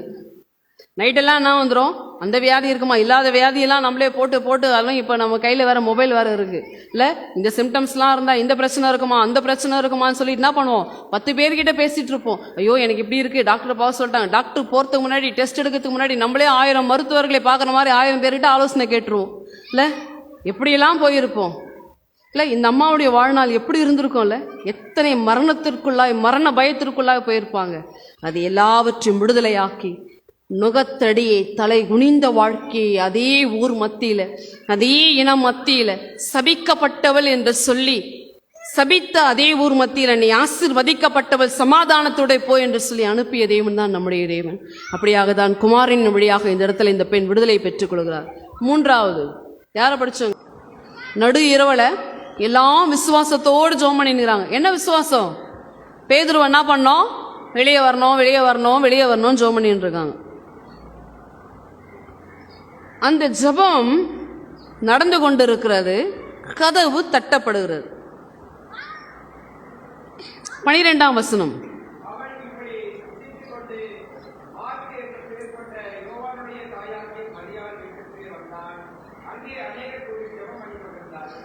எல்லாருமே கூடி என்ன பண்றாங்க, மார்க்குவினுடைய வீட்டில் ஜெபம் பண்ணிட்டு இருக்காங்க.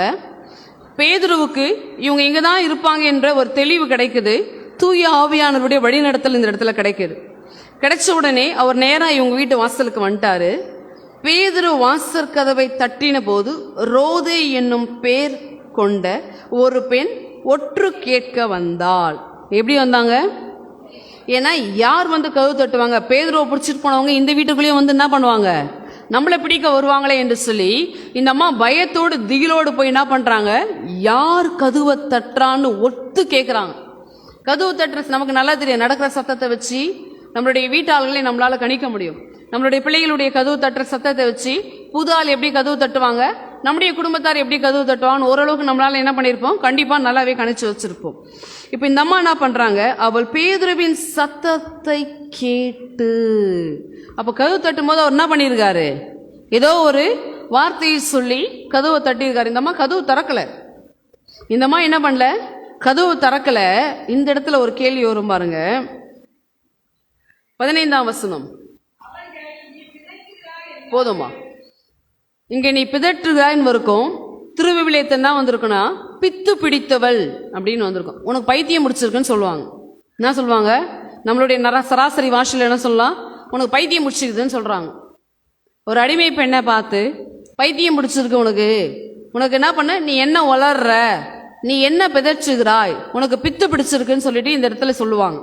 அதுக்கு முந்தைய வசனம், அவள் பேதுருவின் சத்தத்தை அறிந்து சந்தோஷத்தினால் கதவை திறவாமல் உள்ளே ஓடி பேதுரு வாசலுக்கு முன்னே நிற்கிறார் என்று அறிவித்தாள். இவங்க ஜெபம் பண்ணிட்டு இருக்க இவங்களுக்கு ஏன் நம்பிக்கை இல்லை? ஜெபம் பண்ணிட்டு இருக்க யாருக்கு இல்லை? விசுவாச வர்க்கத்தாருக்கே நம்பிக்கை இல்லை. அவங்க ஜெபமே என்னத்துக்கு தான், பேதுரு வெளியே வரணுன்றதுக்காக தான் ஜெபம் பண்றாங்க. ஜெபம் பண்றவங்களுக்கே இல்லாத விசுவாசம், ஜெபம் பண்றவங்களுக்கே இல்லாத நம்பிக்கை, பயபக்தி, அவங்க ஜெபம் பண்றத ஓரமா உட்கார்ந்து கேட்டுன்னு யாருக்கு என்ன கேட்பாங்கன்னு எடுத்துன்னு போய் கொடுத்துட்டு அவங்களுக்கு வேலை பார்த்துட்டு இருக்க பெண்ணுக்கு தூய ஆவியானவர் இடைப்பட்ட அந்த வழியாக எங்க போறாரு வாக்கியத்தை சொல்வதற்கு? அந்த கூட்டத்தாருக்குள்ள போகுது அந்த வார்த்தை. அப்போ உடனே அவங்க எல்லாம் என்ன சொல்றாங்க, நம்பிக்கையே இல்லை பாருங்க. அந்த அம்மா சொன்ன போது கூட அவங்களுக்கு என்ன கிடையாது, நீ பைத்தியகாரி போல பேசுற. ரொம்ப சொல்லுவாங்க பாருங்க, அவர்கள் நீ பிதற்றுகிறாய் என்றார், அவளோ அவர்தான் என்று உறுதியாய் சாதித்தார். அந்த வார்த்தையை கேட்டு, அந்த வார்த்தையினுடைய குரலை கேட்டு போய் இந்த அம்மா என்ன பண்றாங்க, உறுதியா அந்த இடத்துல அவர் தான் வந்துரு. ஒருவேளை அவங்க இல்லாம யாராவது கதவு திறந்தாங்கன்னா, போர் சேவகரோ இல்ல வேற யாராவது நின்றுட்டு இருந்தாங்களா, உள்ள இருக்க எல்லாரும் சிறைச்சாலை தான். சப்போஸ் இந்த அம்மா மாறி சொல்றாங்க என்ற வார்த்தை உறுதியாயிடுச்சுன்னா கூட்டமே எங்க போயிடும்? பேதுருனுடைய நிலைமைக்குள்ள இருளடைந்த இடத்துல போய் இவங்களும் என்ன பண்ணுவாங்க, சங்கிலிகளால் கட்டப்பட்டு இவங்களுக்கும் இதே நிலைமை தான். அதனால எல்லாரும் பயப்படுறாங்க. பயந்தாலும் அவங்களுடைய ஜெபம் என்னது, பேதுரு வெளியே வரணும், வெளியே வரணும், வெளியே வரணும், வெளியே வரணும் ஜெபம் பண்ற வார்த்தையில் இருக்கிற விசுவாசம் அவங்களுடைய வாழ்க்கையில இல்லாம போயிடுச்சு. எங்க இருந்துச்சு? அப்ப அந்த ஜெபத்தினுடைய நுனி நாவால தான் இருந்தது, உள்ளான உணர்வுக்குள்ளா இல்லை. அதை கேட்டுட்டு இருந்த இந்த அம்மாவுக்கு வாயில இல்லை, எங்க இருக்குது? உள்ள இருக்குது, இருதயத்துல அந்த விசுவாசம். நைட்டெல்லாம் ஜெபம் பண்றவங்களுக்கு வார்த்தையில விசுவாசம் இருக்குது, கேட்டு இருந்தவங்களுக்கு உள்ளத்திற்குள்ள விசுவாசம். அந்த உள்ளத்தினுடைய விசுவாசம் பாருங்க. பேதுரு பின்னும் தட்டி கொண்டிருந்தான், அவர்கள் திறந்தபோது அவனை கண்டு பிரமித்தார்கள். கடவுள் இந்த இடத்துல யாரின் வழியாக தூய் ஆவியார் செயல்படுகிறார்? பேதுருவை வெளியே கொண்டு வந்த தூய் ஆவியானவர், மார்க்கிவினுடைய தாய் வீட்டிற்குள்ளாய் செல்ல வைத்த தூய் ஆவியானவர் அடிமை பெண்ணின் வழியாக விசுவாசத்தை வர்த்திக்க செய்கிறார். வார்த்தையில விசுவாசத்தை பேசாத, வாழ்க்கையில விசுவாசத்தை காட்டு என்ற ஒரு இறை நீதியை ரோதையின் வழியாக தூய் ஆவியானவர் இன்றைக்கு நம்மோடு இந்த வார்த்தையை நிலைப்படுத்தி கொண்டிருக்கிறார். ஜெபிக்கிறது பெரிதல்ல, ஒரு நிமிஷம் ஜெபம் ஆனாலும் உள்ளான உணர்வோடு நம்பிக்கையோடு இறைவனிடம் சேரும் பொழுது, அதனாலதான் சொல்லுவாரு, கடுகளவு உனக்கு விசுவாசம் இருந்துச்சுன்னா என்னவா, இந்த மலையை பார்த்து பெயர்ந்து போனா என்ன பண்ணிடும்? அது பெயர்ந்து போயிடும். அந்த விசுவாசத்தை தான் இன்றைக்கு கடவுள் உங்களுக்குள்ளும் எனக்குள்ளும் ரோதையின் வழியாக வெளிப்படுத்துகின்றார். வார்த்தையை விட்டுட்டு வாழ்க்கை ஆண்டவருக்குள்ளாய் பிரவேசிக்க செய்யும். வார்த்தையின் வழியாக ஆண்டவரிடம் கிட்டி சேருவோம். இன்றைக்கு நாம் கண்ட 3 பெண்கள், அடிமைதனமாயிருந்த ஆகாருக்கு ஆண்டவருடைய வார்த்தையை பெற்றது பின்னால எத்தனை பெரிய சவால்களும் எளிதாக மாறியது. பெரும்பாடுள்ள ஸ்திரீ என்னுடைய வாழ்நாளில் ஆண்டவரை தொற்று விடுதலை பெற்றதுனால தலைகுனிந்த வாழ்வு தலை நிமிரச் செய்து சமாதானத்தோடு வாழ்வை வாழ ஆரம்பித்தார். ரோதையினுடைய வாழ்வின்படியாக விசுவாசத்தினுடைய அளவை தேவன் நம்முடைய வார்த்தையில் அல்ல, நம்முடைய வாழ்க்கையில் வெளிப்படுத்த விரும்புகின்றார். இந்த 3 பேரும் இன்றைக்கு உயிருள்ள சாட்சிகளாய் நம் கண் முன்னால் இருக்கிறார்கள். நாமும் ஆண்டவருடைய வார்த்தைகளை சுமப்போம், ஆண்டவருடைய வார்த்தையை தொட்டு சுவைப்போம், ஆண்டவருடைய விசுவாசத்தை நமக்குள்ளாய் வர்த்திக்க செய்வோம். நம்மை கொண்டும் தேவன் பெரிய காரியங்களை செய்வார். தூய ஆவியானவர் தாமே இவ்வேளை முழுவதும் நம்மை ஆசீர்வதிப்பாராக. ஜெபம். இயேசுவை வாழ்க்கையில் காட்டுங்களேன், பேச்சிலல்ல செயலிலல்ல. இயேசுவை வாழ்வோராய் காட்டுங்களேன், இயேசுவை வாழ்வோராய் காட்டுங்களேன். இயேசுவை வாழ்க்கையில் காட்டுங்களேன், பேச்சிலல்ல செயலிலல்ல. இயேசுவை வாழ்வோராய் காட்டுங்களேன், இயேசுவை வாழ்வோராய் காட்டுங்களேன்.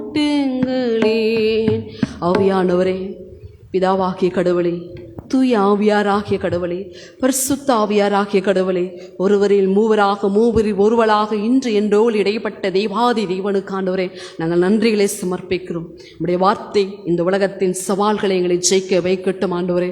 உம்மை தொட்டு இந்த உலகத்தில் நாங்கள் எங்களுடைய நிந்தைகளை மறந்து தலை நிமிர்ந்து சமாதானத்தோடு வாழச் செய்யட்டும் ஆண்டவரே. உம்முடைய வார்த்தை எங்களுடைய வார்த்தையில் அல்ல, எங்களுடைய வாழ்க்கையில் வெளிப்படட்டும் ஐயா.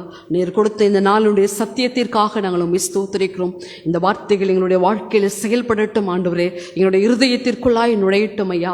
இந்த இந்த நன்னாள் எங்களுடைய வாழ்நாளில் எங்களை உம்மை சுமந்து கொண்டு செல்கிறவர்களாய் மாற்றட்டும் ஆண்டவரே. இந்த திரு அவையில உம்முடைய திருப்பீடத்தில் உம்முடைய ஆலயத்தில் அமர்ந்திருக்க எங்களுடைய திருச்சபையினுடைய இனஜன பந்துகளுக்காக நாங்கள் செபிக்கிறோம்.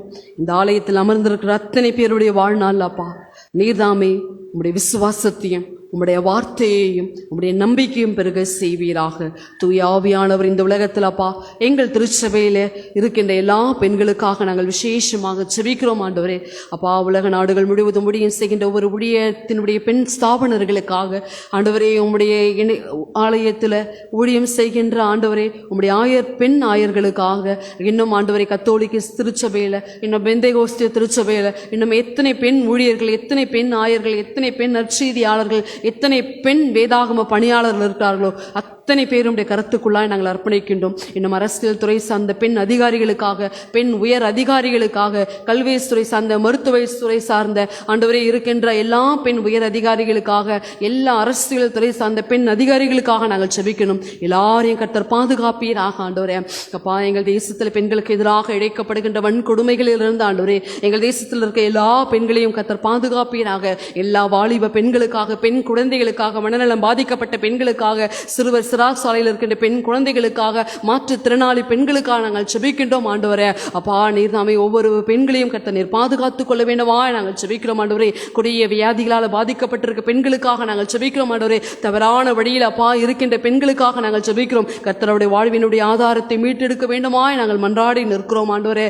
இசப்பா, இன்னுமா எங்கள் தேசத்தில் இருக்கிற எல்லா பெண்களுக்காக, பெண் வாலிப பிள்ளைகளுக்காக விசேஷமாக நாங்கள் செபிக்கிறோம். மாம்சமான யாவர் மேலும் நம்முடைய ஆவியை ஊற்றுவேன் என்று வாக்குத்தத்தம் பண்ணின ஆண்டவர், அப்படியாக எல்லா பெண்களையும் கர்த்தர் நீர் பாதுகாத்துக் கொள்ள வேண்டுமா நாங்கள் செபிக்கிறோம். குறிப்பாக எங்கள் திருச்சபையில் இருக்கின்ற எங்களுடைய மூத்த தாய்மார்களுக்காக விசேஷமாக நாங்கள் செபிக்கிறோம். நீர் நம்மை பலத்தினால சுகத்தினால இடைகட்டி பாதுகாத்துக் கொள்வீராக ஆண்டவரே. எங்கள் திருச்சபையில் இருக்கின்ற எல்லா குடும்ப தலைவர்களுக்காக நாங்கள் ஜெபிக்கிறோம். வாலிப பிள்ளைகளுக்காக நாங்கள் ஜெபிக்கிறோம். பெண் குழந்தைகளுக்காக நாங்கள் ஜெபிக்கிறோம். ஒவ்வொருவரையும் கர்த்தர் ஆசீர்வதிப்பீராக. பணி நிமித்தமாக, படிப்பு நிமித்தமாக எங்களுடைய பெண்கள் சென்று வருகின்ற எல்லா இடங்களிலும் தேவனுடைய பாதுகாப்பு பெருகட்டும் ஐயா. ஒவ்வொரு நாளும் நீர் தாமே சத்துரு தொடாதபடி ஆண்டவரே எல்லாரையும் உடைய கூடார மறைவிற்குள்ளாய், உடைய ரத்தத்தின் வல்லமைக்குள்ளாய் மூடி மறைத்து கர்த்தர் நீர் பாதுகாத்துக் கொள்ள வேண்டுமா நாங்கள் செபிக்கிறோம் ஆண்டவரே. இன்னும் அநேக சூழ்நிலையில் இருக்கின்ற எல்லா பெண்களுக்காக நாங்கள் செபிக்கிறோம் ஆண்டவரே. கர்த்தர் ஒவ்வொருவரையும் பாதுகாத்துக் கொள்வீராக. இந்த நாளில் இந்த ஞாயிறு அனுசரிக்கும்படியாய் எங்களுடைய ஆண்டவரே திருச்சபைக்கு நீர் கொடுத்த இந்த வாய்ப்பிற்காக நன்றியோடு ஸ்தோத்திரிக்கிறோம். இப்படியாக எங்கள் திருச்சபை பெண்கள் ஆண்டவரே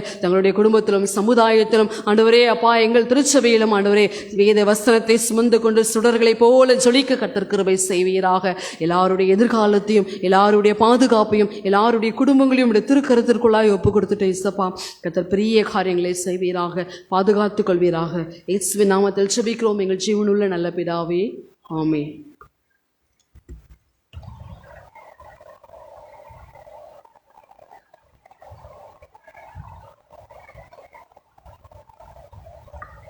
இந்த விசேஷ நாளுக்கான செய்தியை வழங்கிய ஆயிரம் அவர்களுக்கு நன்றியை தெரிவித்துக் கொள்கிறோம். ஆண்டவருடைய வார்த்தையை கேட்டு நாம் எழுந்து நின்று நம்முடைய விசுவாசத்தை அப்போஸ்தல விசுவாச பிரமாணத்தின் மூலமாக அறிக்கை செய்வோம்.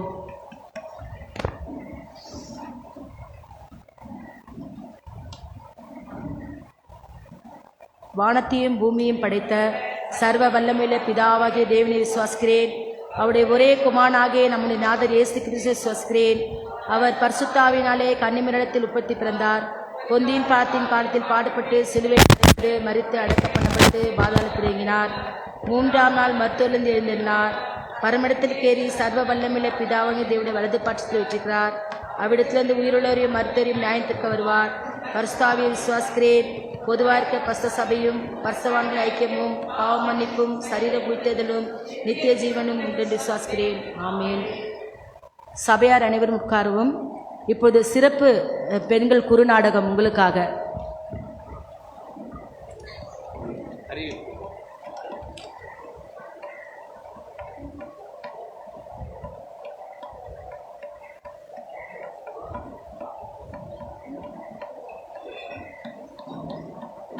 அறிவிப்புகள்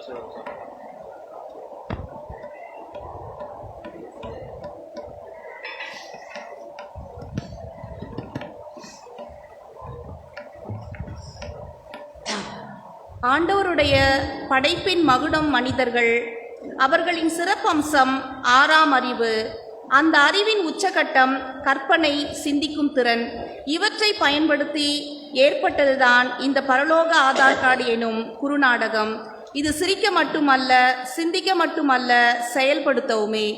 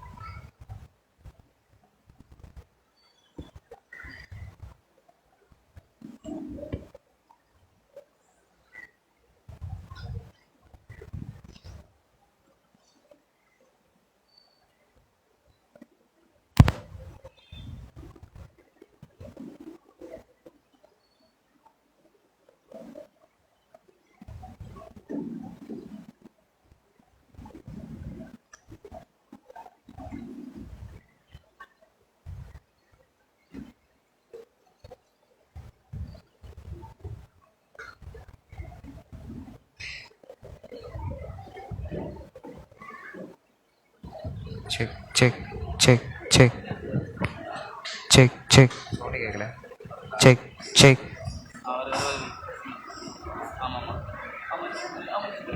ஸ்டார்டிங் ஓப்பன் வச்சிருவா. வச்சுரு. செக். போடவா போடவா போடவா.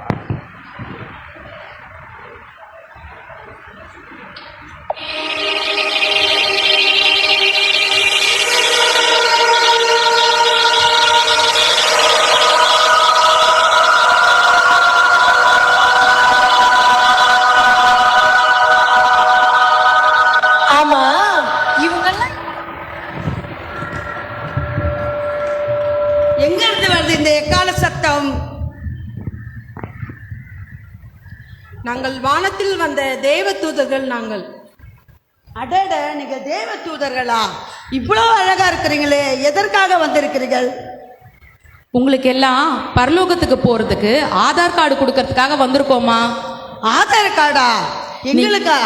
ஆமா, நீங்க போய் உங்க ஊர்ல இருக்கவங்க எல்லாரையும் கூட்டிட்டு வாங்க. இருங்க இருங்க, நான் போய் எல்லாரையும் கூட்டிட்டு வரேன். இருங்க, கொஞ்ச நேரம் இருங்க. கிரேசி, கிரேசி, மீனா, கோயில்மணி எல்லாம் வாங்க வாங்க. நம்மளுக்கு பரலோகத்துல இருந்து ஆதார கார்டு கொடுக்க வந்திருக்கிறாங்க. வாங்க வாங்க. ஆமா, அதோ நிக்கிறாங்க பாரு, ஆதார் கார்டு கொடுக்க. என்னக்கா கூப்பிட்டீங்க? ஆதார் கார்டு வாங்க வந்துக்குமா? வணக்கம்மா. என்னோட பேர் கிரேசி. பரலோகத்தின் ஆதார் கார்டு என்ன கிடைக்குமான்னு பாருங்க. என் பேர் இருக்கா பாருங்க. இருங்க பார்க்குறேன். உங்கள் பேர் இதில் இல்லையாம்மா? நீங்க நல்லா பார்த்து சொல்லுங்க. 52 வாரமும் நான் சர்ச்சுக்கு கரெக்டா வந்துடுவேன். இல்லையாம்மா, உங்கள் பேர் இதில் இல்லையாம்மா? நீங்கள் சொல்வது சரிதாம்மா. ஆலயத்திற்கு எத்தனை மணிக்கு வருகிறீர்கள்? 8:30 மணி ஆலயத்துக்கு நான் ஒரு 9:15 வந்துடுவேம்மா. இல்லையம்மா, நீங்கள் ஆலயம் முடியும் போது நீங்கள் ஆமேன் என்று சொல்லும்போது தான் நீ ஆலயத்திற்கே வருகிறீரம்மா. நான் என்னம்மா பண்றது? ஆலயத்துக்கு கிளம்பும் போது தான் அயன் பண்ணணும். டீயை கொடு, காஃபியை கொடு. போச்சா போச்சா. இரு, நீ நான் பாரு கை மேலே ஆதார் அட்டையை நான் வாங்கி வர போறேன் பாரு. இப்பவே பாரு கொடுக்க போறாங்க எனக்கு. அப்படியாம்மா? உங்கள் பேர் என்னம்மா? ஜோஸ்பின்மா. ஜோத்பின் என்ற பேரே இதில் இல்லைங்களாம்மா? அம்மா, என்னம்மா இப்படி சொல்றீங்க? நான் கரெக்டாக வருவேம்மா. நான் ஆலயத்துக்கு மீட்டிங்கு கலந்துப்பேன். எல்லா நிகழ்ச்சிக்கும் நான் கலந்துப்பேம்மா. பாஸ்டிங் ப்ரேயரு, பெண்கள் ஐக்கிய சங்கம் எல்லாத்துக்கும் நான் கரெக்டாக வந்து நிற்பேன். எப்படி எனக்கு ஆதார் அட்டை கிடைக்காம போவோம்? அம்மா, நீங்க சொல்றது கரெக்டு தான். நீங்க எல்லா வாரமும் வந்தீங்க. ஆனா வந்து என்ன பண்ணீங்க? ஆலயம் தொடங்கின உடனே உங்க தூக்க கொரட்ட சத்தமும் ஆரம்பிச்சிருது. இங்க ஆண்டவருடைய வார்த்தையும் கேட்கல. இங்க சொல்லப்படுற ஒரு தேவ செய்தியும் உங்க மனசுல தேய்க்கல. உங்க வாழ்க்கையும் மாறல. ஆலயத்துக்கு வெறுமையா வந்து வெறுமையாவே திரும்பி போனீங்கம்மா. அதனால நீங்களும் வெயிட்டிங் லிஸ்ட் தான். அதுவாம்மா, நான் ஞாயிற்றுக்கிழமை ஆராதனை நல்லா நடக்கணுன்ட்டு சனிக்கிழமை முழுவதும் நான் ஜெபம் பண்ணியிருப்பேம்மா. ஆலயம் முழுவதும் நிரம்பி வழினணும் ஜெபம் பண்ணிட்டு நான் காலையில் வருவேம்மா ஆலயத்துக்கு. அதனால தான் இந்த தூக்கம். நல்லா கதை சுத்துறீங்கம்மா. விடிய விடிய நீங்க கண்முழிச்சு ஜெபம் பண்ணிட்டு வர ஆளா நீங்க என்ன பண்றீங்கன்னு தான் நாங்க பரலோகத்துல இருந்து பார்த்துட்டே இருக்கோமே. 24 ஹவர்ஸும் சிசிடிவி கேமரா உங்களை சுத்தி தானமா இருக்குது. எங்க கிட்டயே போய் சொல்றீங்களேம்மா. ஆண்டவர் உங்களை பார்த்து கொண்டே இருக்கிறாரு. இனிமேலாவது நீங்க திருந்துங்க. நீங்க வெயிட்டிங் லிஸ்ட் தான். போச்சா? பரலோக ஆதார் கார்டு வாங்க போறேனே, அதை வாங்காம திரும்ப மாட்டேனே. ஹே ஹே, ஆதார் கார்டு வாங்க போறேனே, அதை வாங்காம திரும்ப மாட்டேனே. ஆட்டம் பாட்டம் எல்லாம் ரொம்ப சந்தோஷமா தான் இருக்குது. உங்க பேர் என்ன? கோயில்ல மணி அடிக்கிற கோயில் மணிமா. நான் கோயில்மணியா? ஆமாமா, என் பேர் இருக்கான்னு பாருங்க. கோயில்மணின்ற பேரு இந்த புத்தகத்தில் இல்லையாம்மா? அது எப்படிமா இல்லாம போகும்? நான் ஜெபத்துல புலி, பாடுறதுல கிளி, உபவாசத்துல தேவனுடைய பலி. ஆனா என் பேர் இல்ல, தலைவலி. ஆமாம்மா, தலை தான் வலிக்கும். நீங்க எல்லாமே செஞ்சீங்க. பக்தியா வேஷம் போட்டீங்க. ஞாயிற்றுக்கிழமை முழுக்க ஆர்ப்பாட்டமாக இருந்தது உங்களுடைய பக்தியினுடைய தன்மை. ஆனால் திங்கட்கிழமையிலேருந்து சனிக்கிழமை வரைக்கும் எப்படிமா வாழ்ந்தீங்க? ஆலயத்தை விட்டு கால் வெளியில் வைக்கிறதுக்குள்ளேயே இவங்க நட சரியில்லை, அவங்க உடை சரியில்லை, இவங்க பார்வை சரியில்லை, ஐயருக்கே பிரசங்கத்துக்கு மார்க் போட்டு இவர் இப்படி பண்ணியிருக்கலாம் அப்படி பண்ணியிருக்கலாம், ஒவ்வொருத்தரையும் ஜட்ஜ்மெண்ட் தானமா பண்ணிட்டு இருந்தீங்க. அதை விடுங்க. உங்கள் வீட்டுக்கிட்ட உங்கள் சந்துக்குள்ளே சாட்சியாக வாழ வேண்டிய வாழ்க்கையை விட்டுட்டு வர சண்டையெல்லாம் இழுத்து போட்டுக்கிட்டு முதல்ல போய் நின்னீங்களேம்மா. ஆண்டவரை துதிக்கிற வாயில என்ன வார்த்தைங்கள்லாம் பேசுனீங்க. அதனால நீங்களும் வெயிட்டிங் லிஸ்ட் தான். யாரு தான் அடுத்த வீட்டு கதையை பேசாம இருக்கா? போங்க வாங்கம்மா வாங்க. சோத்திரம்மா. சோத்திரம்மா. உங்க பேர் என்னம்மா? என் பேர் அகிலாம்மா. அகிலான்ற பேர் இதுல இல்லையம்மா? ஏங்கம்மா? ஆமாம்மா, உங்க பேரே இதுல இல்லை. ஐயோ, நான் ஆலயத்துக்கு சாப்பாடெல்லாம் ஆக்கி போட்டு எல்லாமே செஞ்சு கொண்டு இருக்கிறேனம்மா. எனக்கு ஏம்மா ஆதார கார்டு கிடைக்கல?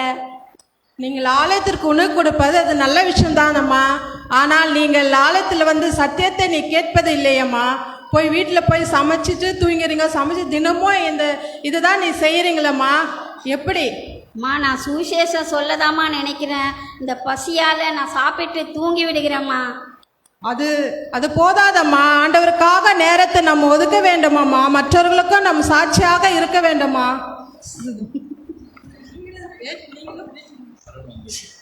சரிம்மா, நீங்களே பார்த்துக்கங்கம்மா.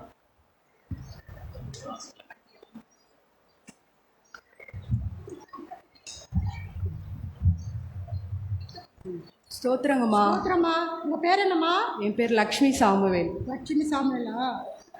அம்மா, லட்சுமி சாமுவேல் இந்த புஸ்தகத்திலே இல்லையாம்மா? அப்படியா?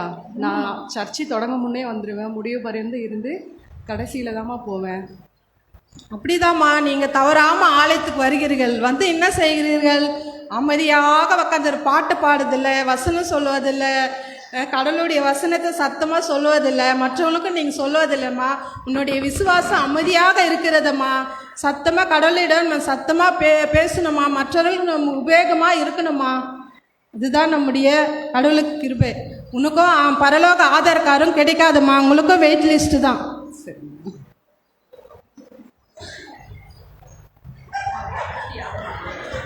அடுத்து யாருமா? வாங்கம்மா.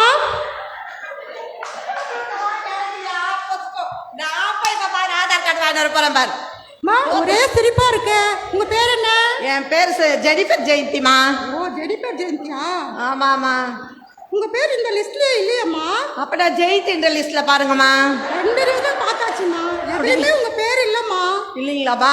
அம்மா, நானே ப்ரேயர் மீட்டிங்கு போவேம்மா. எங்கேயாச்சும் ப்ரேயர் மீட்டிங் இருக்கும்போது பாட்டு ஆராதனைக்கு போவோம். நாங்கள் ஆலயத்தில் இருக்கும் போது அவ்வளோ சந்தோஷமா இருப்போம். நான் இருக்கிற இடத்துல சந்தோஷம் தாம்மா இருக்கும். அம்மா, நீங்க சொல்றதெல்லாம் கரெக்ட் தான். நீங்க இருக்கிற இடம் எப்பவுமே கலகலப்பா சந்தோஷமா தான் இருக்கும்.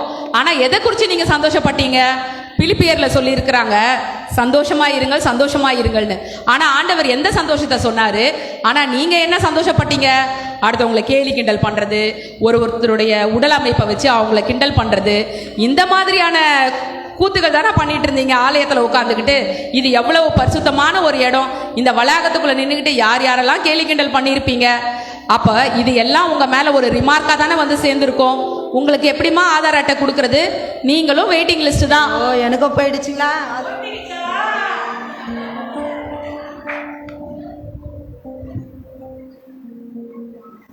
அடுத்து வாங்கம்மா.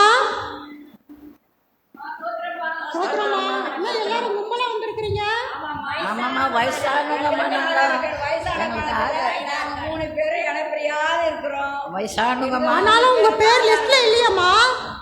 இருக்கும் பாருங்கம்மா. நாங்கள் கால் வலி முட்டி வலி நடக்க முடியாமல் நடந்து வரோம்மா. நாங்கள் நடக்க முடியாமல் நடந்து எல்லா இதுலையும் நாங்கள் கலந்துக்கிறோம். பெண்கள் ஐக்கிய சங்கம், வாலிப இதை ஃபாஸ்டிங் ப்ரேயர் எல்லாத்திலும் நாங்கள் கலந்துக்கிறோம். அம்மா, எங்களுக்கு ஆதார கார்டு வேணும்மா, எங்களால் முடியாதும்மா. வணக்கம்மா. வணக்கம். நாங்கள் திருச்சபைக்கு தொடங்கிறதுக்கு முன்னாடியே வந்துடுறோம். தொடங்கின பிறகு தான் நாங்கள் வீட்டுக்கு போகிறோம். எல்லா நிகழ்ச்சியிலையும் நாங்கள் கலந்து கொள்ளுகிறோம். அதால் எங்களுக்கு நீங்கள் ஆதார் கார்டு நிச்சயமாக வயசானவங்க முதல்ல எங்களுக்கு தான் முன்னுரிமை தரணுமா. ஸ்தோத்திரமா. நான் ஆலயத்துக்கு சீக்கிரமா வந்துடுவேன். ஆலயத்தில் எவ்வளோ வேலை செய்யணுமோ எல்லாத்தையும் பெருக்கி தொடச்சி கழுவி எல்லா வேலையும் செஞ்சுட்டு ஐயரவன் எல்லாத்தையும் நாங்கள் முடிச்சிடுறோம். எங்களுக்கு நீங்கள் ஆதார் கார்டு கொடுக்கணும். நான் உண்மையாக வேலை செஞ்சுருக்குறோம். என் பேர் ரூத்து. நான் ஒழுங்காக ஆலயத்துக்கு வரேன், ஒழுங்காக எல்லாத்தையும் அட்டென்ட் பண்ணுறேன். எனக்கு நீங்கள் கொடுக்கணும் ஆதார் கார்டு. ஆமாம்மா, நீங்கள் சொல்வதெல்லாம் உண்மைதான். ஆனால் நீங்கள் என்ன செய்கிறீர்கள், வயசானவங்களுக்கு அதிகமாக கடவுளுடைய வார்த்தையும் கதையும் எல்லாம் தெரியும். ஆனால் அதையெல்லாம் நீங்கள் மற்றவர்களுக்கு பிரயோஜனப்படுத்துதில்லை. குடும்பத்தில் உள்ள பேர பிள்ளைகளுக்கெல்லாம் நீங்கள் போய் கதையும் வசனங்கள்லாம் சொல்ல வேண்டும். மற்ற பிள்ளைகளுக்கும் நீங்கள் சொல்ல வேண்டும். அது செய்வது கிடையாது. நீங்கள் கூடி நீங்கள் வீண் பேச்சு பேசுகிறீர்கள். மருத்துவ உதவி செய்வதில்லை, அங்கங்க சாட்சிகள் சொல்வதில்லை. அதெல்லாம் இனிமேல் செய்தால்தான் உங்களுக்கு பரலோக ஆதார் கார்டு கிடைக்குமா? உங்களுக்கும் வெயிட் லிஸ்ட்டுங்க தான்.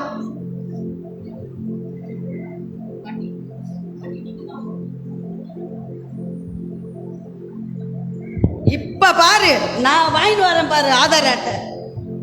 சின்ன தூதரை இங்க வாங்க. இந்த பணத்தை வச்சுக்கோங்க. அந்த என் புக்கில் எழுதுங்க. அந்த புக்கில் என் பேர் அந்த புக்கில் எழுதுங்க. இப்படிப்பட்ட காரியங்களை நாங்கள் செய்யவே மாட்டோமா? இது எங்களுக்கு வேண்டாம். இருங்க, இதோ வர கொஞ்ச நேரம்.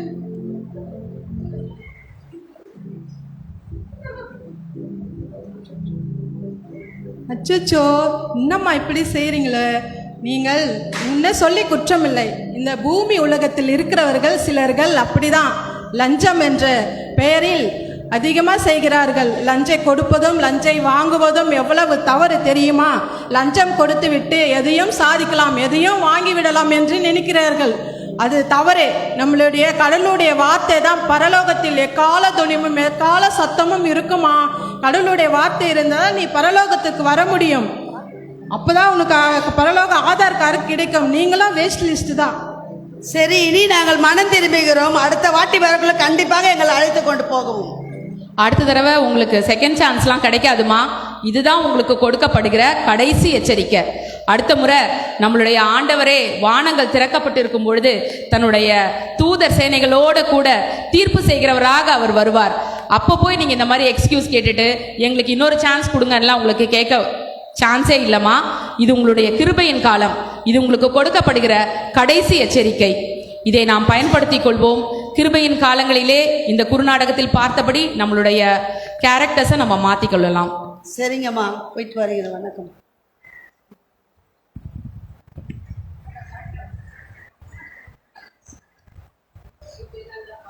உலக முடிவின் கடைசி நாட்களில் இருக்கின்ற நாம் இந்த கிருபை காலங்களை பிரயோஜனப்படுத்திக் கொள்ள அழைக்கப்படுகின்றோம். வெறும் சமய சடங்காச்சாரமாக ஆராதனை அன்பின வாழ்வில் எந்த மாற்றமும் இல்லாமல் இன்னமும் பழைய வாழ்வே வாழ்ந்து கொண்டிருக்கிறோம். இந்த குறுநாடகத்தை பார்த்தவாறு நமது சுபாவங்களை மாற்றிக்கொண்டு பரலோக ராஜ்யத்திற்கு செல்ல நம்மை தகுதியாக்கிக் கொள்வோம். நன்றி.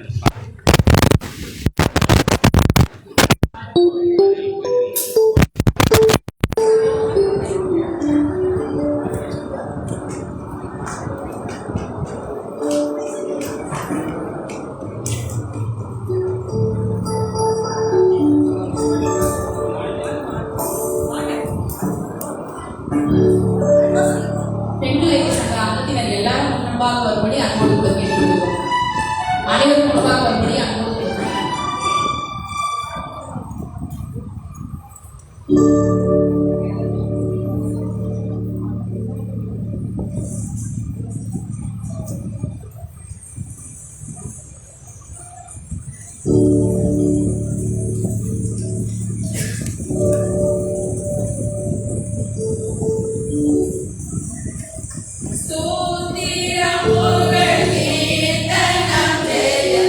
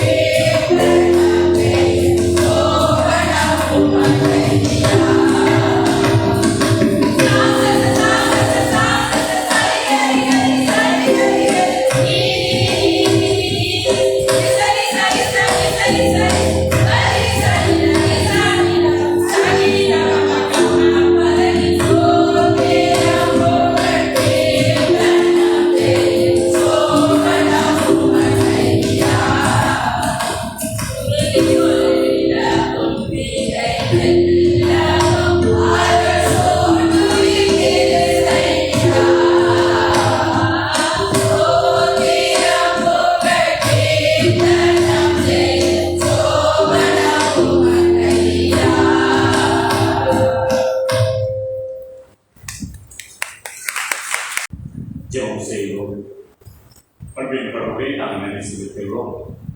வாரம் முழுவதும் பிரதமர் தீர்மானங்களை கட்டைப்படுகிறோம். வருஷத்தை நன்மையாக சுற்றுகிறார்கள்.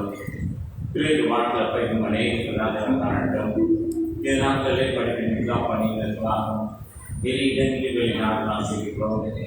அவரது மனதில் பிரதிபலித்தவை ஆலோசனைக்காக பயன்படுகிற எண்ணங்கள் இயக்கங்கள் இதுக்காகலாம் வேண்டாம். நீங்கள் பிரச்சனைகளுக்கும் ஏற்றுக்கொள்ள வருடம் ஆசிரியர்கள் பேசுகிறது நல்லதாகவே அருமையாகவே உங்களை நான் வாழ்த்துகின்றேன். சிறப்பான முறையில் பெண்கள் வழிபாடை நடத்தி கொண்டிருக்கின்றேன். உங்களுக்கு தொடர்ந்து ஆசிரியப்பாராக செய்து கொடுத்த ஆயிரமாகவும் நன்றி வாழ்த்துக்கு முறையும் குடும்பத்தை ஆசிரியப்பாராக நல்ல சிந்திக்கக்கூடிய சிறப்பான ஒரு நாவலும் சிந்திப்பது மட்டுமல்ல, அந்த சிந்தனையை செதுக்கி அதை சிற்பமாக வெளிக்கொள்வதற்கு நன்றி. நான் யோசித்தேன், யாருக்கு தான் அது கடைசியில் அந்த ஆதார் கார்டு கிடைக்கும் என்று யோசித்தேன். ஆனால் அழகாக பயன்படுத்தினீர்கள். யாருக்கும் இல்லை என்று சொல்லவில்லை, வெயிட்டிங் என்று சொல்லியிருக்கிறீர்கள். உங்களுக்கு ஆதார் கார்டு இல்லை சென்றுவிடு என்று சொல்லவில்லை, ஆதார் கார்டு வெயிட்டிங் என்று சொல்லியிருக்கிறீர்கள். அப்படி என்றால் எல்லோருக்கும் அது காத்து கொண்டிருக்கிறது. உண்மையிலே எல்லோரும் அதற்கு தகுதியுடையவர்கள். அதற்கு கிட்டே வந்துவிட்டீர்கள். பெறுவதற்கான அனைத்து அம்சங்களும் பெற்றுவிட்டீர்கள். நாங்களும் யோசித்தோம், எங்கள் பேர் இருக்கா பாருங்க அப்படின்ட்டு. அருமையானவர்களே, உண்மையிலே நல்ல ஒரு அருமையான நாடகம், சிறப்பான ஒரு பாடல், கடவுள் திறமைகளை தாழ்மையை கொடுத்திருக்கிறார். உண்மையிலேயே நீங்கள் அதிகமாக வாக்கியத்தை பெற்றவர்கள், ஆசீர்வாதத்தை பெற்றவர்கள். இன்னும் அநேக நன்மை கொடுப்பார். என்ற பகுதியிலே திருச்சபை இறைவன் ஆசீர்வதித்து அநேகருக்கு சாட்சியாக வைக்க நாம் ஏற்கனவே கொள்கிறேன். நம்மை ஆசீர்வதிப்பவராக ஐயா அவர்கள் சொல்லமாக வழிபாடு நடக்கிறது. அனைவருக்கும் காலை சிற்றுண்டி தயார் செய்யப்பட்டிருக்கிறது. நாங்கள் சார்பாக அவர்கள் அதில் பங்குபெறுமாறும் அதை நான் ஆண்டோடு கேட்டுக்கொள்வேன். கடமை ஆசிரியருக்கு வழிநடத்துவார்கள்.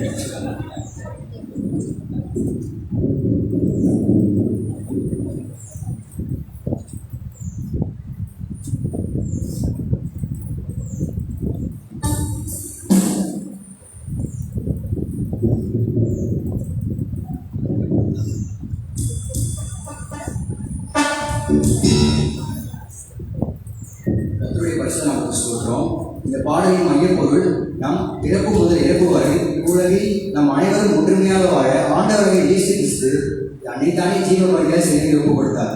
ஆனால் மனிதரை நாம் இன்னும் நமக்குள் ஏற்றத்தாழ்வு உள்ள சாதி கொடுமை, பாலியல் வன்கொடுமை போன்ற விதையை விதைத்து அதை மரமாய் வளரவிட்டோம். இனி வரும் காலங்களில் அதுபோல் அணிந்து எழாமல் நம் அனைவரும் ஒற்றுமை வாழ்வோம் வாருங்கள். இந்த பாடலை இயற்றியவர் அண்ணன் ஜே நெல்சன், பாடல் இசையமைத்தவர்கள் ஜே நெல்சன் மற்றும் மீஷா கண்ணன்.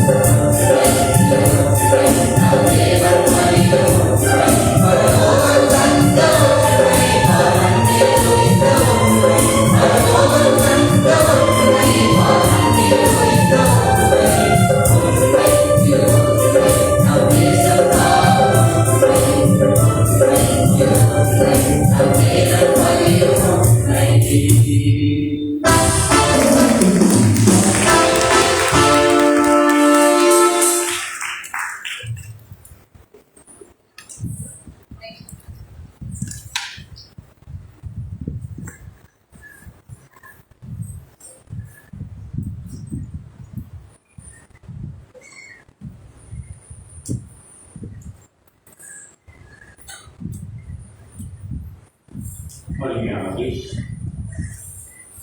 இந்த நமது வாலிபர் சகோதரர்கள் வில்லிவாக்கம் ஸ்ரீமன் ஆலயத்தின் ஒரு நாள் வாலிபர் நிகழ்ச்சிக்காக செல்கிறது. அநேக திருச்சபை வாலிபர் சகோதரர்கள் வருவார்கள். இந்த நமது வாலிபர் சகோதரர்கள் பிள்ளைகளுடைய பயணத்திலே கடவுள் கொண்டிருக்கவும் பயணத்திலே பாதுகாப்பாக குறிப்பாக பரிசுகள் பெறவும் நாம் அன்றாடுவோம். கடவுள் கொடுத்திருக்கிற திறமைகளை தாளங்களை சிறப்பாக பயன்படுத்துவோம். இறைவன் தொடர்ந்து எங்களோடு இறைப்பட இரண்டு நீதி கொள்வோம், ஜெபம் செய்வோம். எங்களை நேசிக்கின்ற அன்பின் கடவுளை ஆண்டவரே, இந்த நாளுக்காக நான் நன்றி செலுத்துகிறோம். அருமையான திருச்சபை கற்றுக் கொடுக்கிறோம். திருச்சபை ஆய்வுக்காக செயல்படுவதற்காக ஒவ்வொரு ஐக்கிய சங்கங்களுக்காக குறிப்பாக வாலிபர் ஐக்கிய சங்கத்துக்காக நன்றி செலுத்துகிறோம். வாலிபர் சகோதர சொல்லை கற்றுக் கொடுக்கிறோம். பிள்ளைகளை கொடுத்திருக்கிற திறமைகள், தாழ்வுகள், ஆற்றல்கள், அறிவுகள், ஆசீர்வாதங்கள், அனுதின வாழ்வுகளுக்காக நாம் உள்ளத்தில் ஆற்ற நன்றி படைக்கிறோம். ஆண்டவரை ஒரு பயணப்பட்டு செல்கிற இடத்துல தெய்வீக பிரசன்னங்கள் வேண்டும். பயணத்திலே பக்கத்திலும் தொடர் நன்மைகள் தொடர்ந்தும் சேர்ந்து சிறப்பான நம் திறமைகளை கொண்டு வந்து வெற்றி பெற்று ஆண்டவர் சிறப்பாக நான் உண்டாகவும் கொடுத்த அனைத்து ஆசமாக நன்றி செலுத்துகிறோம். அங்கு கலந்துள்ள ஒவ்வொரு கத்தினாக கொடுக்கிறோம். தொடர் நன்மைக்கு தொடர்கிறோம். கத்தை நினைத்திருக்கிறார் ஆசிரியர் வார்த்தை அடிப்படையிலும் நீ போகப்படலாம் தேவனாக கத்தை ஒருவர வார்த்தை அடிப்படையிலும் தொடர் பிள்ளைகள் வருடத்தை பாதுகாத்துக்கொள்ளும். இவரை பெற்றத்தை பெற்றோர்களை நாங்கள் கற்றுக் கொடுக்கிறோம். அவர்கள் ஆசீர்வதியும் தொடர்ந்து பிள்ளைகள் வாழ பிள்ளைகள் கட்டும் ஏற்றுக்கொள்ளும் வழிநடத்தும் ஆசீர்வதியும் இயேசுவின் வழியாக ஜெயிக்கிறோம். எங்கள் நல்ல பிதாவே, ஆமென். Thank you. God bless you. All the best. Thank you.